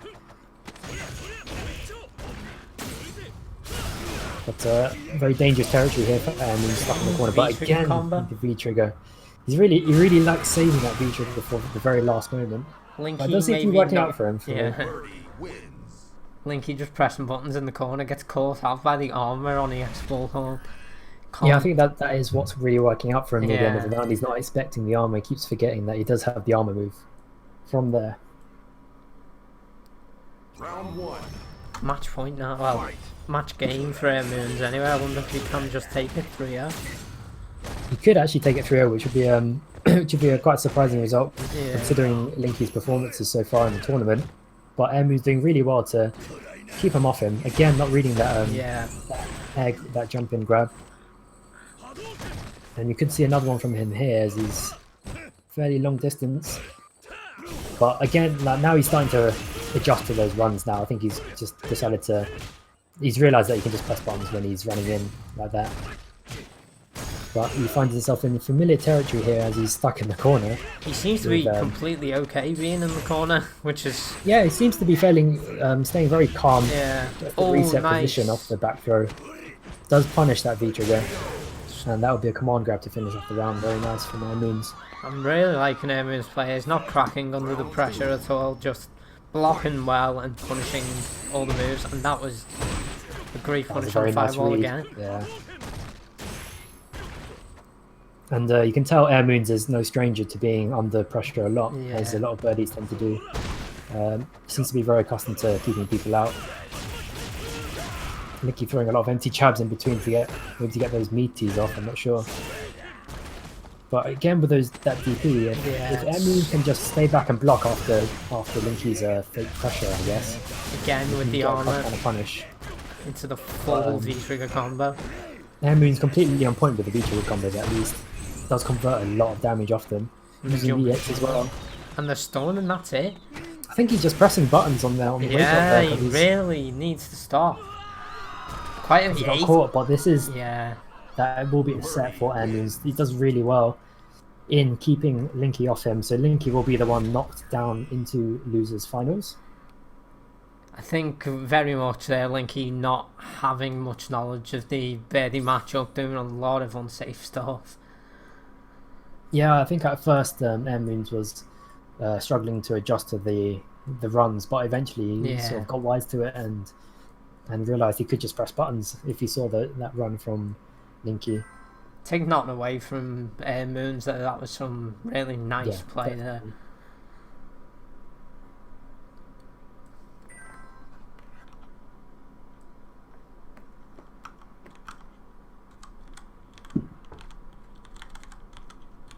But that was well played from both of them. Moons does take it 3-0 for a fairly short set actually in the winners finals.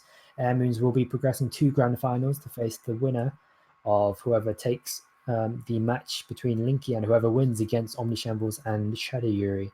So Omnishambles Vega, see how he can progress against the Laura of Shadow Yuri back in losers here, and we will be going for a first to three again here. This will be first to threes from now on, all the way into grand finals.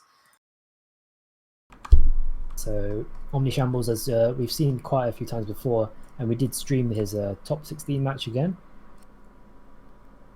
And we'll see how he copes against the Laura. The Vega-Laura matchup is subject of a lot of debate. As I've said before, for all the Vegas, Laura's tend to be a very bad matchup, and for the Lauras, Vega seems to be a very bad matchup. So not really any agreement there from any Vegas or Lauras from either side. Go on then, we've got a few seconds. What exactly makes the matchup so bad for Vega? Because I don't think I've heard you explain it yet. Because a lot of the time it's like personally, I think it's actually pretty even. Yeah. Just to balance out the two, because Vega can neutralize her fireball fairly easily on reaction with the slide and stuff like that. Yeah. But basically, once Laura does get him into the reset mix-up situation, then he doesn't have that DP to defend himself with. He doesn't have that much to defend himself with. Once she does get the fireball off, if she does get the fireball off in that pressure, so I think it's fairly even. A lot of Vegas will probably disagree, but a lot of Laura's will probably disagree as well. So we do have Shadow and Omni Shambles, both German players, so they should have a fairly solid connection here, both in the lobby. So we'll get those on the ways in this first three of this top 8.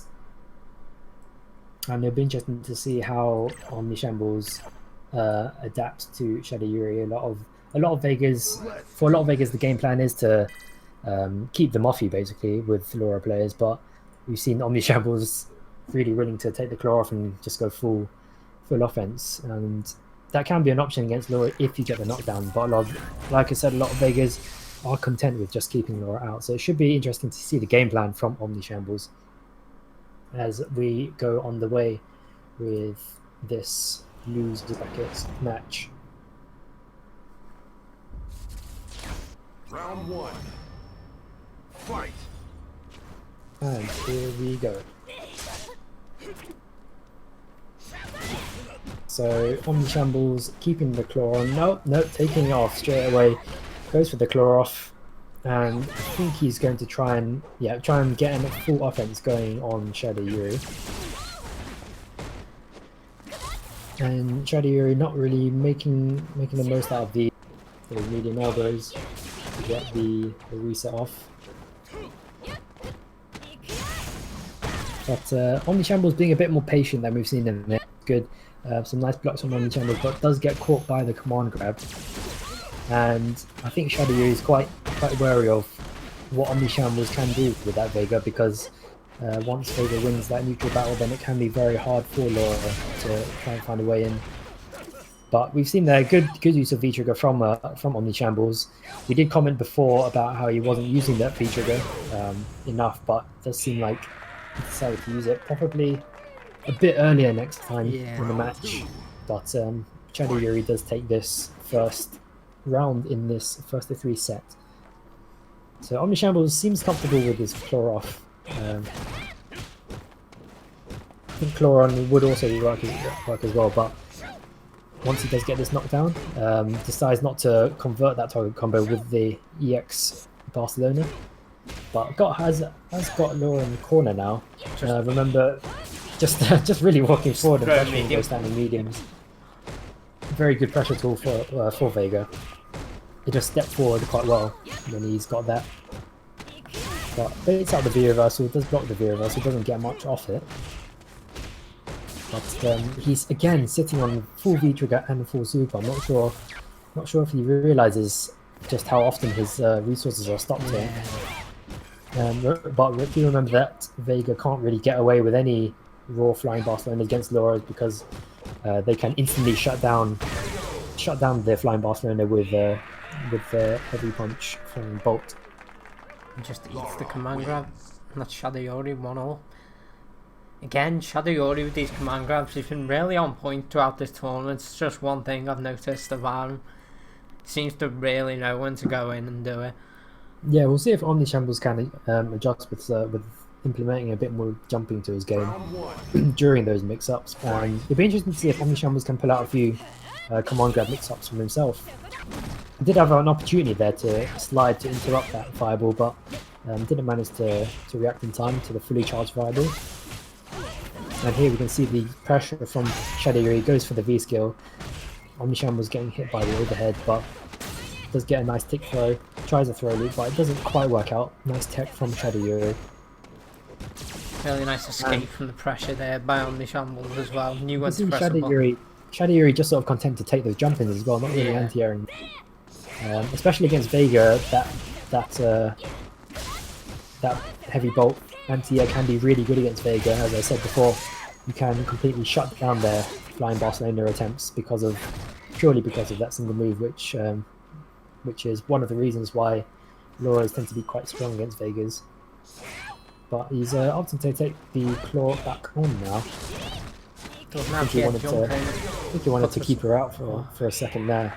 Puts himself in the corner and then another command grab to finish the round off. Yeah, he needs to start implementing some neutral jumps to the game now Yeah. because he's getting caught out by them a lot. Be interesting to see if he can get any command grab mix-ups going, as I said. But Omni Shambles can convert a lot of damage off this because he does have the full super stocked. Be interesting to see if he uses the EX or the super to get the damage. Doesn't convert the super off there and does another unsafe roll, but No not punished by Shadow Yuri. Not sure if they realise that that medium roll is unsafe. Well, I did see Shadayori try and punish before with jab and light elbow, but don't think he realised he could actually get quite a bit more off it if he knew. Yeah, it's fairly deceptive just how unsafe it is, but Is that stand light kick into critical heart? I think that was a low light kick into That was nice. Into the super. And that But nice wake up option from That Shadow. was He does hype. convert that super very nicely. And again, Omni Shambles sitting on full V trigger and full super as they lost that game. You never really want to be sitting on Yeah. that many resources when you're taking a loss, but If Omni you're Shambles not- does really need to adjust here. If you're not going to throw out the critical heart at some point, why are you sitting on the meter? Just use the EX. Meter is pretty much free in this game. Yeah, it's especially with V trigger, especially with a 2-bar V trigger, you should be expecting to get 2 of those per round, really.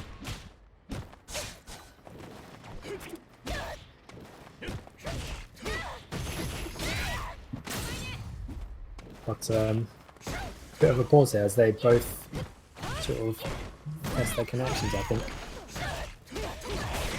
But both of them now going back into that neutral.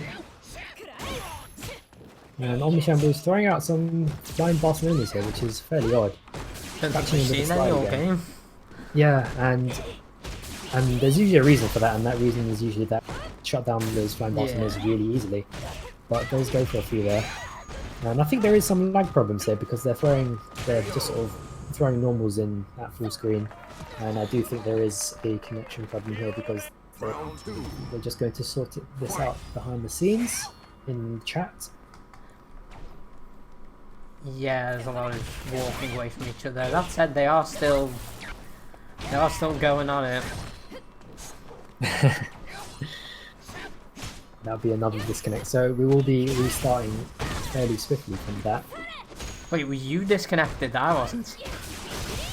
Oh, I was disconnected. Okay, so Aduku's been disconnected again, leaving me to solo commentate. So eventually there'll be a point where Capcom decides to stop disconnecting me from their Yeah. servers, but today. Shadow Yori poised to take this round. Another grab. He's getting so much. I know I sound like a broken record here saying this over and over again, but it is true. Takes it to 1-all. Poised to take the set 3-0.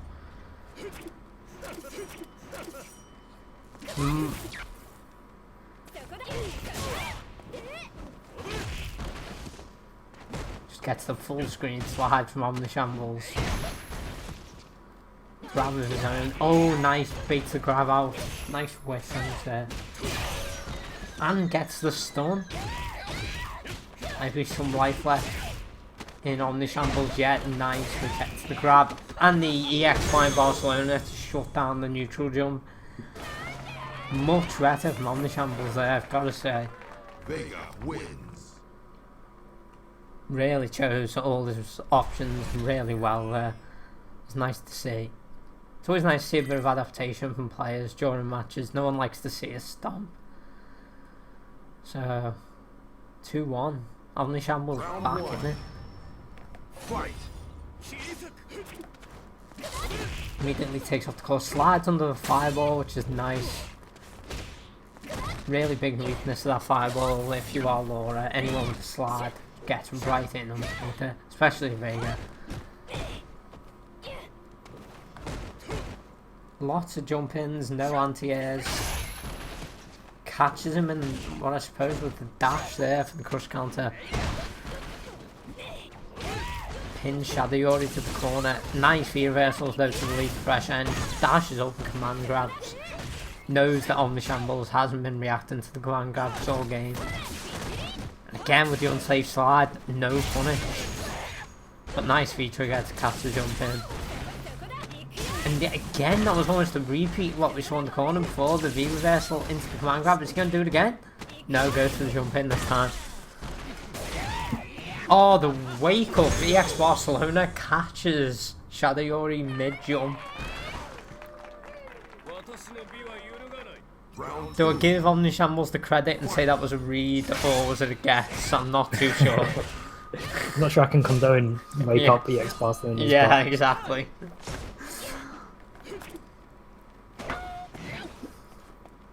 He used Barcelona to get on the other side. The unsafe slide again, not punished. Just nice poke with the medium punch there. Yeah, the one thing they're missing out on damage on is not punishing enough with full punishes, not making use of those. And again, he's not really noticed that. Again, I keep saying this, but he's not noticing it. But the full V trigger and the full super will stop, and he has the opportunity to use it at any point now. And he can convert both of them for full damage. Doesn't make See, that at this slide point safe. though, you could say he's saving it for the next round. Yeah, Oh no, he doesn't. He just spends it. He just decides to use it anyway. But I'm certain that every time we talk about his resources, he goes ahead and spends everything. But to be honest, with his health, that might not have been the smartest idea. But he does take a life lead now, so... And it was worth it, he takes the game.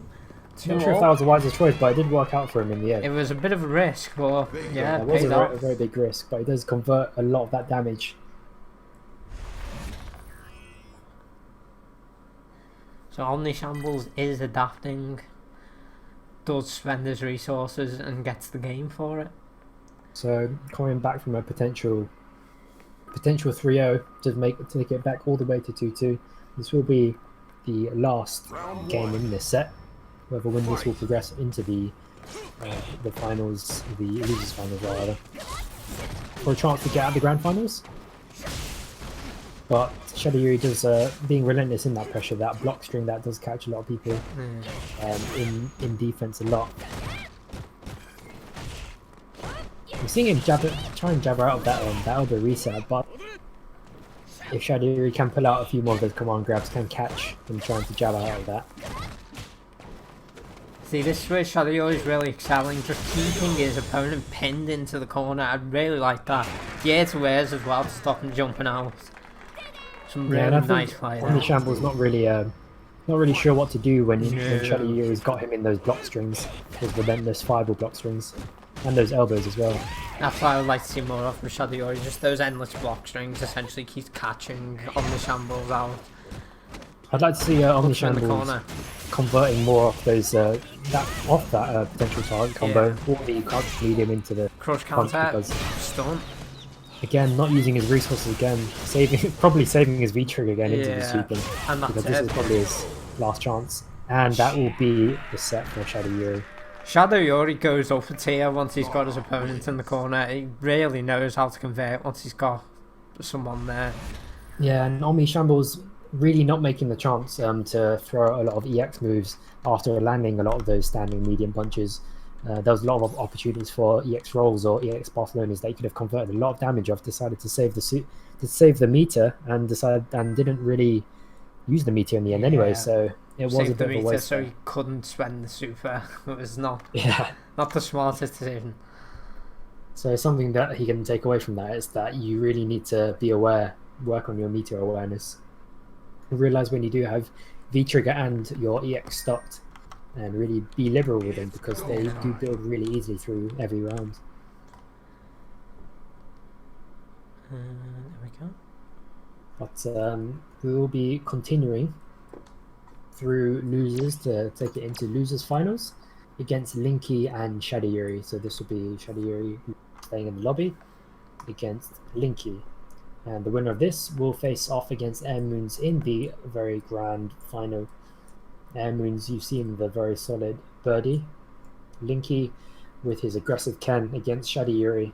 And we'll see how Shadow Yuri copes with that aggression, because There are not many options, and we've seen against Omni Shambles, they can collapse occasionally when they are put under pressure.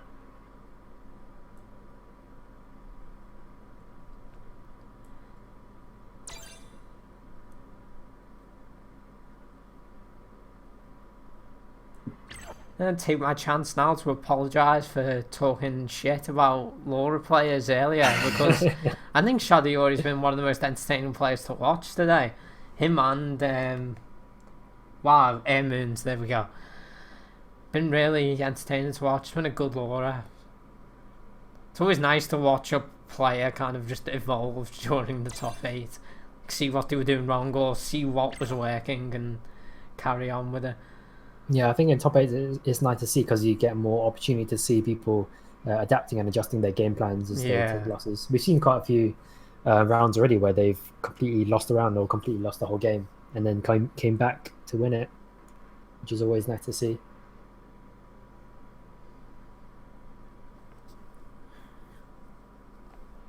Just waiting for both our losers finalists to accept the match. Might be a toilet break or something. Just yeah, I think they might be just waiting for that. Just waiting for Shadiyuri to accept their invite to get this match started, and then we'll be moving swiftly on. And there we go. We're into the match. Well, we will be into the match, but interesting to see how his Laura fares off against Linky. Linky with, like I said, a very aggressive approach. Does like the odd random DPs as a lot of us probably expect from random tattoo, from random DP. But it has worked for him before, but clearly did not work for him so much against Air Moons, with Birdie having quite a few options against the aerial approach of Ken. We'll see if Shadiyuri can cope with the offense from the air, actually, because she does have the option of just completely shutting it down with the heavy punch bolt. And it'd be interesting to see how she deals with someone coming in from the air instead. Because we did see a lot of missed anti-air attempts, or anti-air opportunities rather, from Shadiyuri against Omni Shambles just in the match before. Round 1. Wait, we're on the Halloween stage. So festive mood here as we start on the Halloween stage. And remember, Linky does like to run a lot. He does like do a raw run into get into his opponent. And we're seeing here trying to get their offense started, but again we've seen Linky just interrupt any offense and basically steal the turn. Throw the DPs out. Yeah, he's really not content to just wait for the turn. He wants to get his turn straight away, as a lot of Ken players tend to do, to interrupt the turn taking of hits. This is how you know Linky's soon to be gold. He's already evolving his gold Ken, DPing mid block string. That is the hallmark of the gold player. If you know how to DP mid block string, then you'll be all set to get into gold. But just on the cusp of taking it here with that DP. Oh, the command very, very effective. Nice with the V skill. Trademark Shadiyori at this point, the command grab to close the round out. Yeah, I did think he was gonna do a DP there just to interrupt it and finish off the round, but obviously we might have feel confident enough. Disconnect. And that will be a disconnect again. But that should be around to Shadiyori, unless that will be around to Shadiyori. Yeah. It's go time. We will try and replicate that as best we can, but it's fairly straightforward there. That'll be around for Shadiyuri at the start.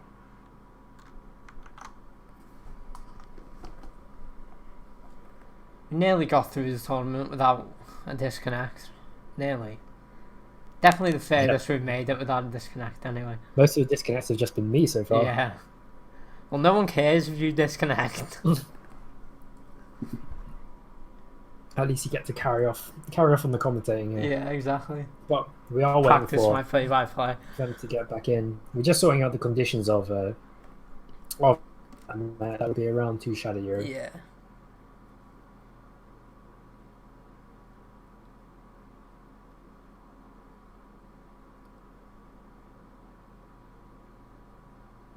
But we did see some hallmarks of Linky's play. A lot of interrupt,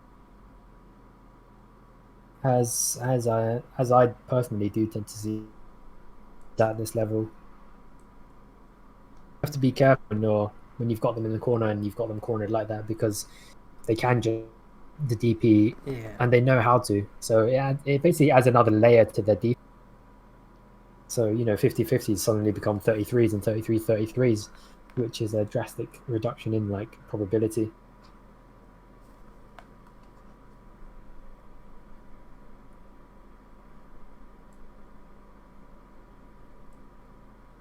Oh, Aduku, you're top of the list. You need to move down. Yeah, just waiting for me to go down the lobby. Sorted. And we'll be getting into this match shortly. And once again, Shadow Yuri will have a round on.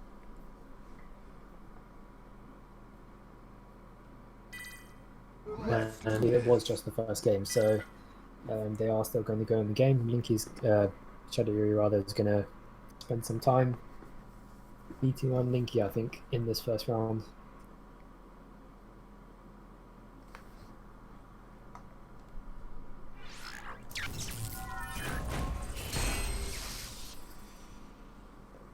But here we are, back in the Halloween stage, the spooky arena. And Shadow Yuri does have the 1 round lead, which is not by any means decisive so far. Still in the first game here, in this first of 3 sets. It'd be interesting if Linky spent in there that time to adjust to what Shadow Yuri's been doing, which is basically a lot of command grabs so far. Nope.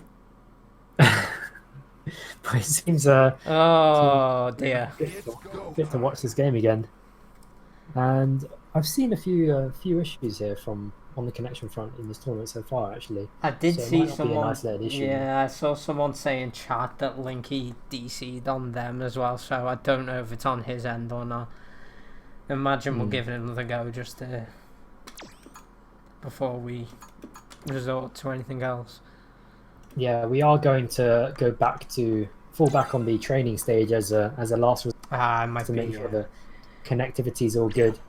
Halloween stage might actually have some issues in that. You did say you were getting frame drops on Halloween stage the other day, so maybe. Yeah, there are some weird shadow issues and stuff like that, and frame issues on the Halloween stage that I've experienced so far. So we're going to go back to the training stage hopefully, just to minimize any chance of another disconnect. Yeah. But do bear with us because we are going into the losers finals here, just before. And the winner of this, remember, Shadow Yuri does still need to round from Linky, and hopefully they will be getting into this time, third time lucky, with no problems at all. And it does look like it's real good. Yep. So Shadow Yuri just taking that round from Linky. So we'll just wait for them to get that first round, and then we'll be straight underway. And this should be it. As congratulations to Shadow Yuri, who gets a perfect on Linky in that fake round. Anyway, going down to round 2, the first game still in this set. Apologies for the technical issues, but that sort of thing happens in an online tournament. But nice block Shadow Yuri again with the offense. Yeah, nice blocks with that V-skill. I think he's been caught with that before. Yeah. I think they're getting wise to that V-skill overhead. And neutral jump to command grab. Finally, we see someone deal with it. And nice V-reversal to get out of that pressure. Could have gotten some pressure off of that V-reversal, but wakes up with it. Is very now Shadow Yuri's turn to wake up with the super there. Linky getting a taste of his own medicine. But gets caught. Just gets caught with that normal into the V trigger, and he can convert a lot of damage just off that straight hit, and that's what he does there to close out the round. So now with them each 1 round apiece, and they're going to trying to take the first game in this first of 3 set. Oh no! Tatsu there can be punished. Yeah. Nice to intentionally drop goes into the dash and goes into the command grab. That's quite.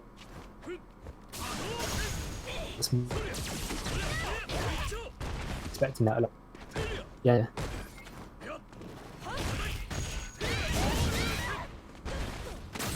catches Shouldn't get here. Shadowori. Linky just catching him. Yeah. Catching and pressing buttons from too far out, really. Yeah. And I think he should be closing this round off fairly decisively. Yeah, so where's finisher? Yeah, I like So he will be taking the that first game in their set. I like the neutral jumps from Linky there. He kept catching Shadowori, running in, pressing buttons. Missed 1 or 2 command grabs with it as well, so definitely nice to see that. Yeah, especially against someone like a Ken player who they basically their offense depends a lot on if they can hit confirm off a straight hit. You really Yeah. don't want to be caught pressing buttons against them. But Shadowori with a lot more patient approach now, really waiting for Linky to come in. I think they've learned not to randomly press buttons when they think they're out of range. But again, we're not seeing any anti-air attempts at all from Shadowori. Linky being allowed to jump in here. Neutral jumps from And if both Shadowori sides can there. possibly shut that down, again with the air Tatsu just being allowed to jump in, but Shadowori does manage to jump back out to avoid it. And again, another jump in. Shadowori really needs to shut this down because Very big jump ins as well, so we've got plenty of time. it's a fairly wide and early sort of jump in, Yeah. so he should really be warding off against that. Nice air swear there though. Again, though, just eats that full combo and just puts him back in the corner. Yeah, Linky seems really eager to pop that V-trigger as soon as he gets any sort of hit Yeah. off. And he can, because he can convert so much damage off of that V-trigger. Even just the activation can convert a lot of damage. Gets crossed up, pressing buttons, but And tries the command grab again. Linky's too wide for Yeah. that by this point. He's been caught by too many of those and he will need to get that. it was only Punished. a matter of time before someone started reacting to the command grab. Got to be smarter Yeah, about so them they will need to be changing up their approach with a few normals in that 50 set situation. But Linky now keeping his distance actually this time. Just making sure that Shadowori doesn't really get too confident in their aggression coming in. And I think Linky comes in to sit back and try and get a hit confirm off a straight normal, off any sort of rip punishment they can get. And again, being allowed to jump in for free from quite far out actually. But Shadowori just throwing wake up, I think they were trying to tech. And Linky with hit confirm there into the Tatsu, goes for the overhead and captures him with it. Now Shadowori and dangerously low life here. Ooh, tried to mix him up a second time, but didn't connect. I think Linky was anticipating the command grab there, but it didn't work out for him anyway. And the throw, which doesn't do much damage in Nero's case. A lot of other characters would have killed him with a throw from there, but Again, Linky with the raw Tatsu and it costs him the round. He really needs to stop. Fight. I wouldn't be surprised if we saw some of the classic Ken Tatsu into DP The there. into DP, that's what I was expecting to be honest with Shadowori, just shut it down straight away. The classic fake fame trap. Yeah. Oh, But, nice anti-air grab. That's the first one we've seen, I think, Yeah. from Shadowori, basically all of this tournament. So it'd be nice to see some more of those from him. And you can see here, it's doing it did do a bit of like I like to say mental damage to Linky because he's really not jumping in as much anymore, being caught by that one grab. Nice cross counter. He's aware of it now. And again, That gets didn't command quite grab to combo, finish but, the round. Yeah, they didn't quite comment, but it does get the command grab to finish it Yeah. off. Laura wins. Caught Linky That was pressing a buttons very in the convincing corner. round. Very convincing round from Shadowori. Yeah. Just take it quite decisively. So this will be one apiece. This could be a long set as they're both. It's a very back and forth at the moment. With both of them, I think they're both taking rounds with considerable life lead. So it's very back and forth at the moment. But you can see here, as most of these rounds start, they both sort of stay away and stay back in neutral because they both really rely on that stray hit to get into, in Laura's case, a big reset, or in Ken's case, just a load of damage basically. You see the huge corner carry there from the heavy Tatsu. And Linky catching Gonna go Shadowori in the throw loop. Nope. I did think he was going to try and go I for the did third too. one, but Doesn't that's just punish the the command wing grab. grab. Doesn't get the punish off. That could cost him the round here. But he does get the wake up DP. We've not seen too many of those actually from Yeah. him so far. I see. So he's being fairly wise with his wake up options actually so far. Fight. And again, both of them facing off, happy to stay in neutral a bit, but Linky back to jumping in a lot basically. Not seeing an anti-air so far this in this particular game here from Shadow Yuri. Links up with that 3-frame Tatsu, but isn't punished for it. And that heavy Tatsu carrying her all the way into the mid screen again. And he's going back to running a lot now. Shadow Yuri not doing much to react to it. I think they might be trying to punish something, but pushing some, yeah, like he pushed some very weird buttons, medium kicking, roundhouse, and then into a DP with no I think they got a bit fluttered by the that mid-screen aggression from Linky, the very long block string there. Nice dash up command grab though from Shadow Yuri there. And they're both on dangerously low life. That's the host has left, I think. I think Arabas might have been disconnected, which is our TO that's taking care of these lobbies. That was a very close round, actually. Really sorry about this, guys. I'm getting screwed by Capcom a lot. Was that a round apiece, that game? I'm hoping they remember, because I don't. Chat, what was that? Was that a round apiece? I guess you can see the stream replay. That's I think that should be about a round apiece. If I'm watching this stream catch up, we will be trying to replicate the situation as best as we can.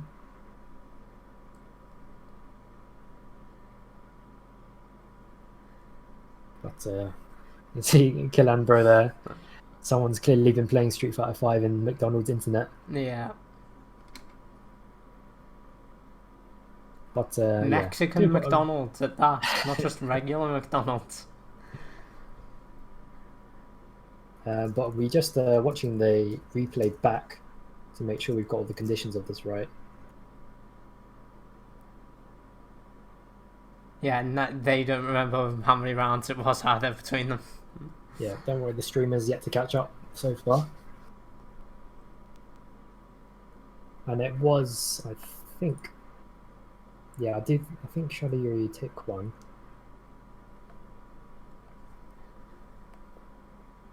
No Web Lagoon, nothing will kill the stream. The stream is eternal. Check the tapes, exactly. Well done, well said, Shadow Yuri. I think no cheating here.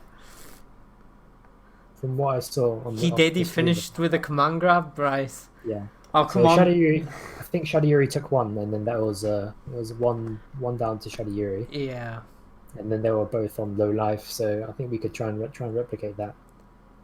I think leave that. Well, I guess that would be their call, maybe. See what they want to say. Yeah.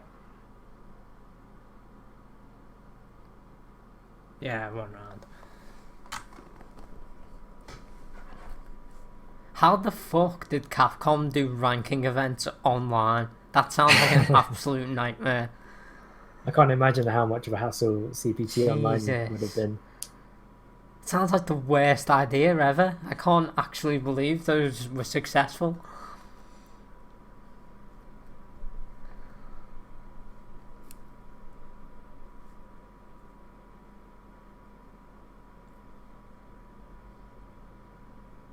But we're just trying to sort out the conditions of when the restart happens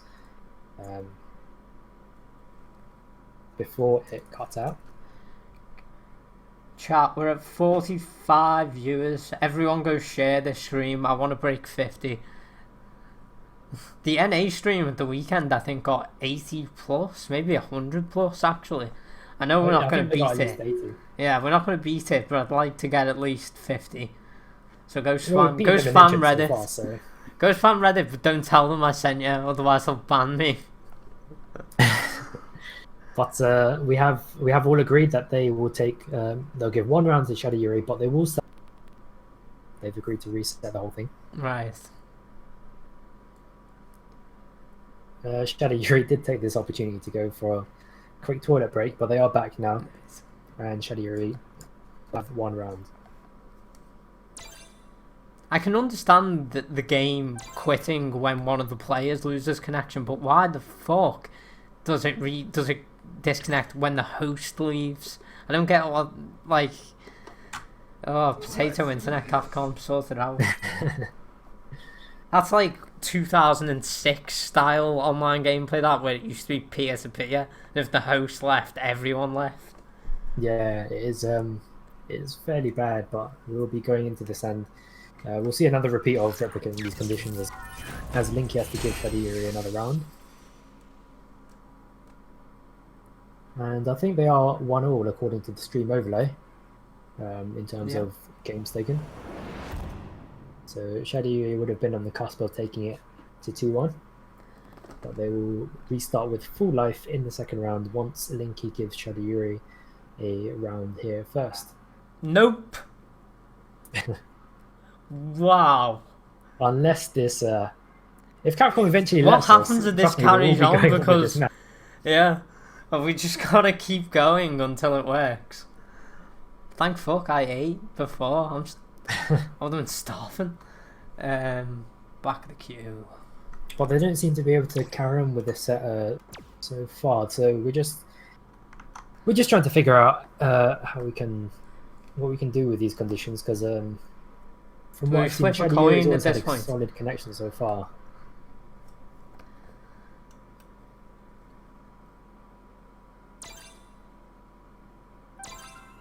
So we're going to try once again, and we will be getting this this losers finals to you eventually at some point. Let's do this. Oh, we're here all night, folks. This tournament is serious business. We won't quit. Yeah. This could be a late one. We're not in the grand finals yet. We're still in the Nope. losers finals. Oh god, we're not even. Yeah, you're right. I thought this was grand final. Fuck.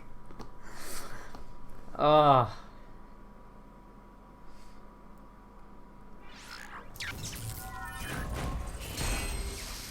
But here we are. We are attempting to finish off these losers finals so we can get into grand finals.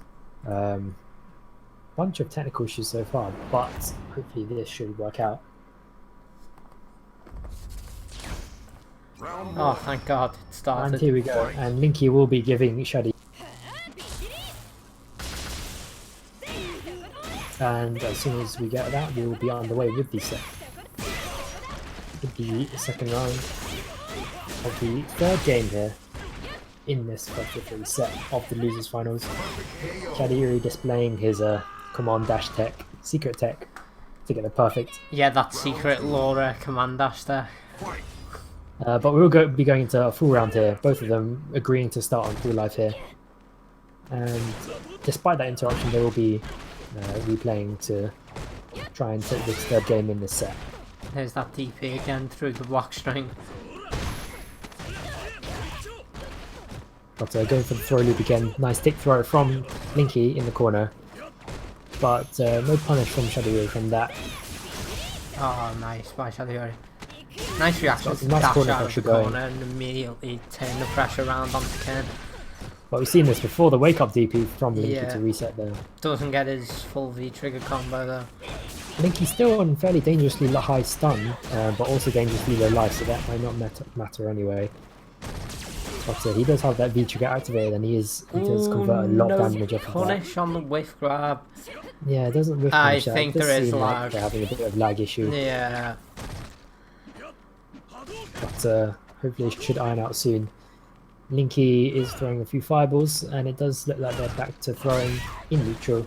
Again, that raw tattoo from Linky, and Yeah, again, raw tattoos again. I know it's A lot of opportunities for reframed, punishing. A lot of opportunities for punishing, but Shadiri does eventually get this Yeah. get this game. Hopefully, we can move on from this game swiftly. Shadiri now has 2 in the set against Linky's 1, and this could potentially be the third and final one for Shadiri if they can take this. Round one. Fight.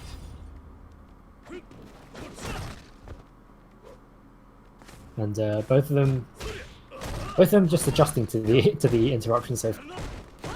Yeah, just it's trying not to straightforward. get their game plan just back on the way, trying to get their mentality back in, to trying to take this set. It has been a long set so far, so they do have to display their mental fortitude here. But Linky again with that wake up DP, Shadow Yuri does have to be careful of when he just wants to reset back into out of the corner. Nice cross on the dome, straight into the tick throw. Puts him Yeah, into that the was a corner. nice air to air as well. Good reaction from Linky, and Finished does with the eventually get overhead. the overhead. And he's landed a few of those so far, so he's Yeah. having success with that overhead. Round 2. And Linky with the chance to take it to 2-2. And Shadow Yuri, if he can take this round, he will be around the way from winning the whole set. Getting a lot of damage out of that stand roundhouse. Ken stand roundhouse really good. Doesn't seem to take advantage of that crush counter though. No. Not making the most of this this potential damage, which again, a big source of lost damage for people is punishes that go unpunished really. Oh, that Optimal was or a missed combos. nice amount of damage there. Misses the V trigger conversion again. I think they should know from now, Shadow Yuri, that Linky can and will wake up if they feel under too much pressure. But Shadow Yuri seems content with the amount of damage that they did get. Does get caught with the cross up Tatsu, which can do in V trigger, and is potentially one command grab away from victory if they can land one. But does get one with the combo anyway, which punishes Linky's attempt on offense, and is one round away from taking this set with Shadow Yuri with 2 and Linky with just the 1. Nice air to air there. Can't anti-air, so just commits to the air to airs instead. Yeah, I think they're both trying to figure out that neutral. He tries to DP on Shadow Yuri's wake up, doesn't quite work out. Doesn't get a full punish off that, unfortunately. Just goes for the run up tick throw. We've seen quite a few of those from Shadow Yuri just onto it. And those tattoos again does get punished. Really somewhat don't by like Shadow any Yuri. of these tattoos. These raw tattoos are tilting me, to be honest. You don't even get that much off it, even if it connects, to be honest. So No, I think in V trigger it's much more viable in V trigger because of the cross up property. But just throwing the roll at that, I'm not sure if there's much you can get from that. But Shadow Yuri not really full punishing those, and in danger of losing this close game here. crush counter should be But does get the crush counter, and this should be the round, and that Nice. will be the set for Shadow Yuri. Eventually getting that very long set because of those technical issues, but Shadow Yuri does get that third win in that set. Yeah, commiseration's still Linky. It's not fun having your set broken up like that, but does take third place. Very respectable in what is the biggest tournament we've had to date. Definitely Yeah, it was, respectable. 2-0'd his way through most of winners. Did very well.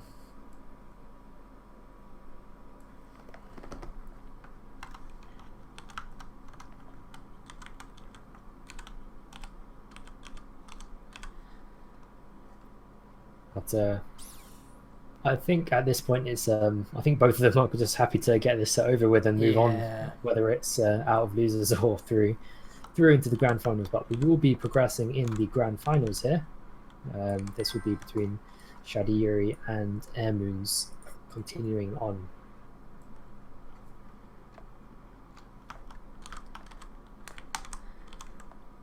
Hopefully Shadow Yuri gives Air Moons a bit more of a challenge than Linky did. Yeah, Hoping not Linky to had see a lot another 3-0 stomp. a lot of trouble with with Air Moons just staying really calm under pressure. You can tell he's being under pressure is not exactly alien to him. I think a lot of birdies do get that situation a lot.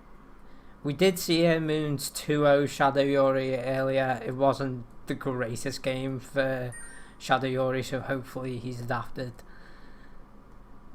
Has a bit more luck this time round. Saw a lot of those raw elbows, and he kept dashing into cans and bananas. Really can't afford to be doing that. Same with his command dashes. It's just going to completely shut that aspect of your game down. Yeah. But we'll be going into these grand finals it did take a bit of a while, but we did get through that losers final set, and this will be potentially the last set in this grand finals if Shadiyuri does not reset the bracket.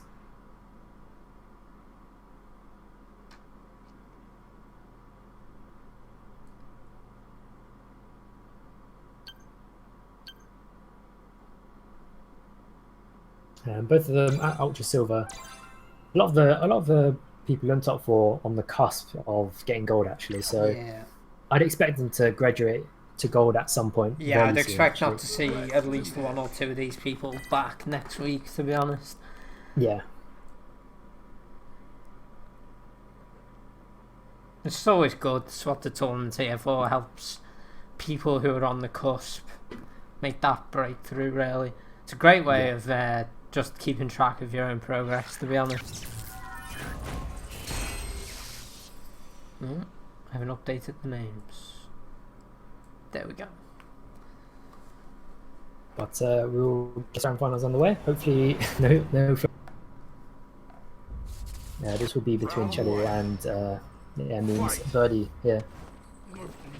And Airmoon's immediately with the backdash. I think he's going to be completely content with keeping Laura out. And he's doing a fairly good job at that so far. Does miss that grab when he tries to dive in. But Shadiri fairly jumpy here at the moment. I think if you jump like that a lot, they will be caught by the very good anti-airs of Airmoon's birdie rather. But Airmoon's doesn't anti-air there, it does allow Shadiri in. And Shadiri with the raw V skill to get the crush counter. But we've seen Airmoon do that before. He does use the armor move to get him out of trouble once in a while. Yeah, especially when he's cornered, he really seems to like just getting out of that pressure with the armor. Yeah, exactly. And he is trying to make a few reads here with the chain grabs, but none of them. Reversal. But Airmoon's had a lot of grey life taken out. Airmoon just seems to have stopped anti-airing as well. Got Shadow Yuri getting 2 free jump-ins there. Does take the round anyway. Neutral jumping there. A fairly strange interaction there with both of them neutral jumping, but Shadow Yuri almost actually took it back because Airmoon's, I think, probably got a bit too defensive, just sort of stayed still and blocked. And I think he was trying to just poke Shadiyuri out, but Shadiyuri does maintain that offense at this point. Backdashes away while they're in offense. I'm not sure what I think about that. But Airmoons is allowed to set up a few bits of offense here. He's doing very well with his V reversal to just get her off at the earliest possible opportunity. Smart by Shadow Yuri there not to jump in when the banana was down. He's jumped in a few times and landed on top of the banana.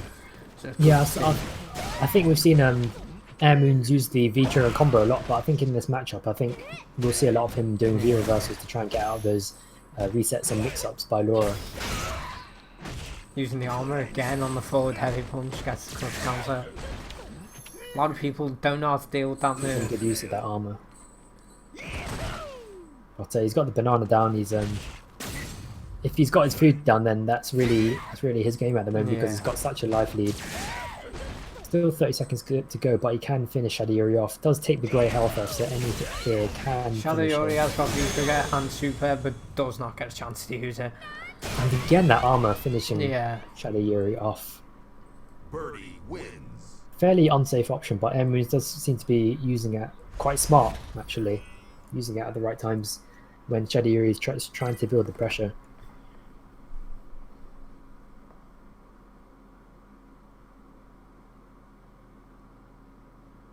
But he does take this first round, or the first game rather, in this grand final set. Shadow Yuri with a bit of work to do to try and reset the bracket here. Airmoon's 1-0 up. And again, Airmoon's not really anti-airing that much. Yeah, we've seen him anti-air quite well in the past, but he seems to have forgotten how to. Nice banana there, just to trip Shadow Yuri as he dashes in. I've seen him dash in, tries to hold that chain. But it does eventually get the grab to reset her into the corner. Command grab, so much damage.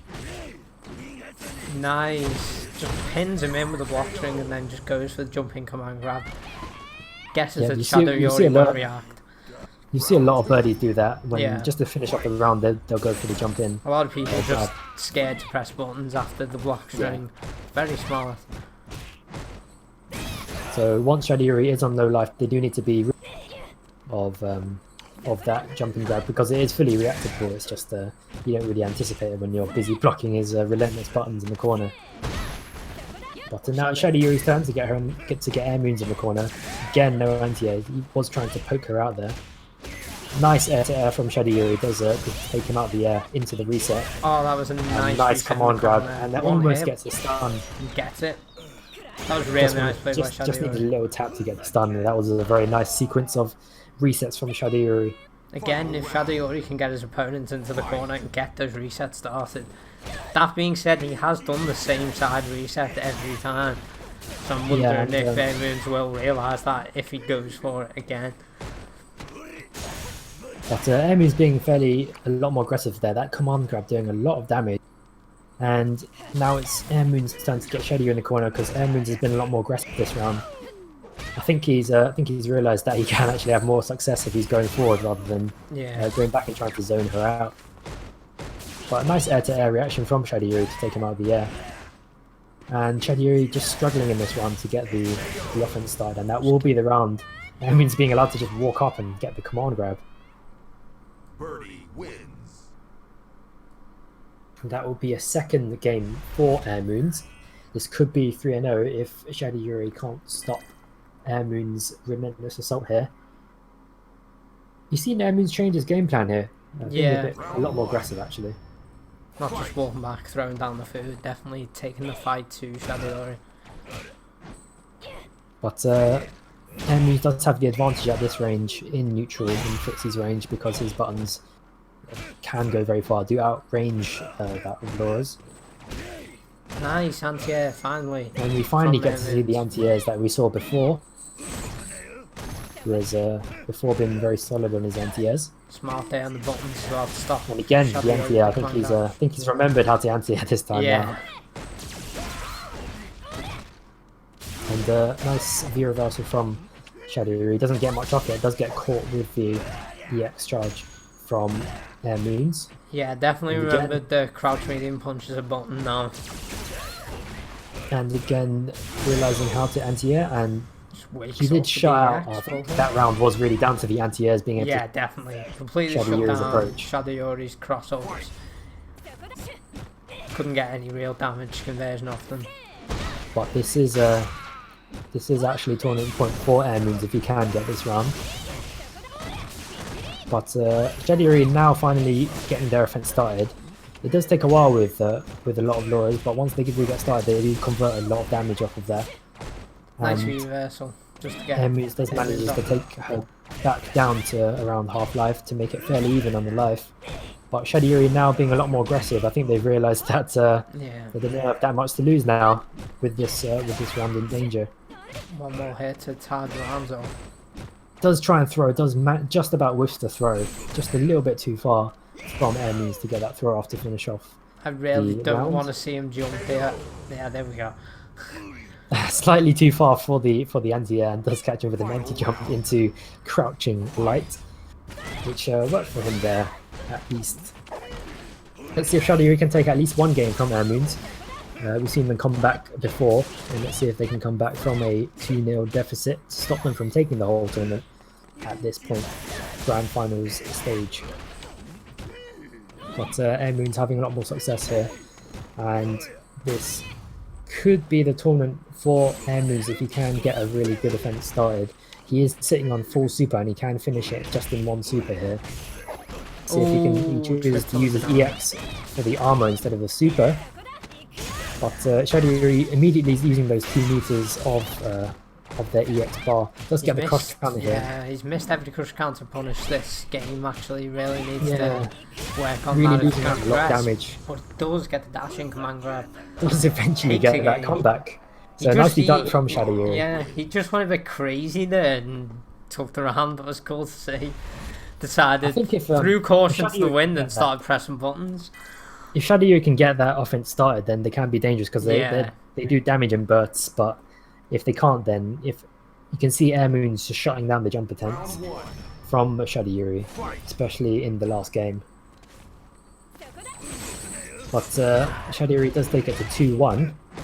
He does have the opportunity to stop Air Moons from taking all 3 games. Bit of an obvious command grab attempt there. Misses. Doesn't get the full punish off the neutral jump. But gets a grab there. Should have got the grab instead, actually. Yeah. Again, the armor forward heavy punch just right through the buttons. We'll see if Shadow Yuri keeps up their jumping. Because we did see how effectively Air Moons shut it down. But I think they seem to have learned. Miss on the crush counter. Relentless offense here from Shadow Yuri to corner Air Moons. And again with the wake up EX. And we've seen that V-trigger combo from him before. We've seen him numerous times. Every time he's in the corner, if he wants to get out, feels like his opponent's going to just press buttons on him. Such a good move. If Shadow Yuri can read that, however, they do get a good punish off it. But so far, they've not really been able to read when Air Moons is going to throw out that armor move. But again, not really confirming much of the cross counter, but does get dash in. Command grab. And Air Moons, I think, just waiting for their opportunity to really mount some damage on Shadow Yuri. Shadow Yuri, I think now being way more aggressive. Sitting on full meter and full V-trigger now. Birdie Yeah, can pretty much end this with one hit. His super does atrocious damage, especially if he's in V-trigger. Does spend a bar though just to get him out of the corner. Yeah, does get himself out of the corner, but he still has that V-trigger for a good amount of damage in the V-trigger combo. Tries to lay down the food, but Laura jumps straight over it. Just did it there. Just reads the timing of Shadow Yuri's Shadow Yuri's light, I believe. Yeah. And punishes it straight away. But Shadow Yuri one hit away from getting this round off of Air Moons, and now they're both in danger of losing this round. Ooh. Clever V reversal from the can actually. I think they were sensing that Air Moons. 2-all. But Shadow Yuri now can't take sorry. it 2-2. But now one apiece, Shadow Yuri can take it to 2-2 if they can win this. But at the same time, Air Moons can take the whole tournament by winning this round. Nice reset from Shadow Yuri. I think they're adjusting their resets because before they would do a combo after the first reset and then command grab on the other one. But here they're going straight for the command grab, and nice blocks with the overhead, double overhead. But both of them just trying to get that hit to get their offense started at the moment. Again, Shadow Yuri trying to jump in, but Air Moons gets a free reset basically off of that anti-air and gets that grab. And makes his dash safe. Yeah, that's very clever from Air Moons. Oh, I didn't think that would just about kills with that command grab. That command grab doing loads of damage. Jesus. That will be the tournament for Air Moons. So that tournament finishes, that grand finals finishes 3-1 to Air Moons. Well done to both Shadow Yuri and Air Moons. Shadow did have a very respectable performance there actually. To win back at least that one game where they were in trouble at the 2-0 point. Nice grand finals. It was nice to see Shadow Yuri at the very least take a game. Shadow Yuri definitely had, probably for me, a really good run through the tournament. It's one of my most entertaining player to watch there in top 8. And I don't usually like watching Laura's this much, but yeah, I think with Birdie, he's quite uncommon at this stage as well. Yeah. So I think a lot of people don't have as much matchup experience as people would have against Laura, especially here in Europe where they seem really popular. I think it's the same advice, but if Shadow Yuri works on his anti-airs, works on his punishes, could easily see him taking this tournament next week. That was really good play.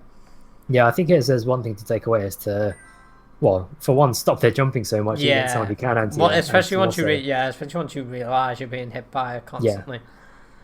Yeah. But also just making note. I think we say this every week now. Taking the most out of your punishes, getting the full amount of damage off it. I think not just in this match, but throughout the whole top 8, because we saw people who could have won rounds if they had a make made the most damage out of their Yeah. full punishers. But nice games from everyone involved here. That was a good top 8. Apologies again for the multitude of technical errors, but that is the nature of these tournaments. We are at the whims of Capcom servers, so apologies for those disconnects. But we did get there eventually, following some fairly long sets. But well done from everyone who did manage to get into the top 8 and get through potentially to the grand finals. Seeing a lot of repeated names here, which is nice, some familiar names, and something that a lot of people, we did say at the beginning, but some people might have missed it, is that this is actually our largest turnout tournament. Yeah, I hope we get to say this every week. To be honest, it's the second week in a row now. This is the first time we've managed to completely cap our sign-up limit. So we weren't actually expecting to cap our sign-up limit. So we are going to be lifting that limit next week to greater than 32 players. So I think we had 34 in the end. Yeah, 34 sign-ups in the end, and so some people no, weren't 35 able to make actually. it 35 sign-ups. Yeah, 35 sign-ups at the end. So we will be lifting that limit. So no worries about if you can make it into the top 32 or not. And I think that might be the largest turnout of all the beginners and intermediates tournaments so far. Actually, largest with both EU Europe and America. Yeah. So really well done there, and I think we'll be seeing a lot of these names back in the tournament next week. Definitely. So yeah, so well done from everyone who got involved. I think we saw a lot of names from people who have joined recently. People who have joined recently, don't be too discouraged, especially if you did get 2-0'd. I think I saw some people saying that they did get perfected at some points early on in the first few rounds, but don't get discouraged from that. You do get a free replay from that, basically. Yeah. If you can watch that back, you can see why you got hit by certain things, what you were doing wrong, and hopefully in next week's tournaments you'll be holding up your own a bit better, at least. Yeah, first time I entered, I got 2-0'd both rounds out, but you go back, maybe watch your matches in your own replays, and there's a lot you can learn from these tournaments. It's really a great way to track your own progress if you're playing ranked in the week, and then to take it into a tournament against other people around your skill level. Yeah, it's just a really good way. And a lot of these people who do make top 4, like I said, do eventually graduate to gold fairly soon after winning or making that top 4 sort of spot. So it's a good bookmark point in your ranked career, as I like to call it. And you do get to go into making it into gold and further, where you'll get to participate in the general tournaments as well. So the tournaments won't be barred off from you from then. But yeah, for this week, that will be us. Congratulations to Air Moons, who is this week's champion, and Shadiri, who is this week's runner-up. And well done to everyone who participated, and we hope to see you not just next week, but in the chat. Just if you can actually organize sets with people that you might have lost to, or people that you wanted to play in the tournament. Just ping them or ping us. We've got mods and coaches here. I'll be happy to help you. So just participate in the chat and just participate just in general, and hope to see you next week as well in the stream, hopefully. And everyone go spread the stream so I get Twitch money. There we go. Alright guys, I'll see you all next week. Bye. Thanks for watching.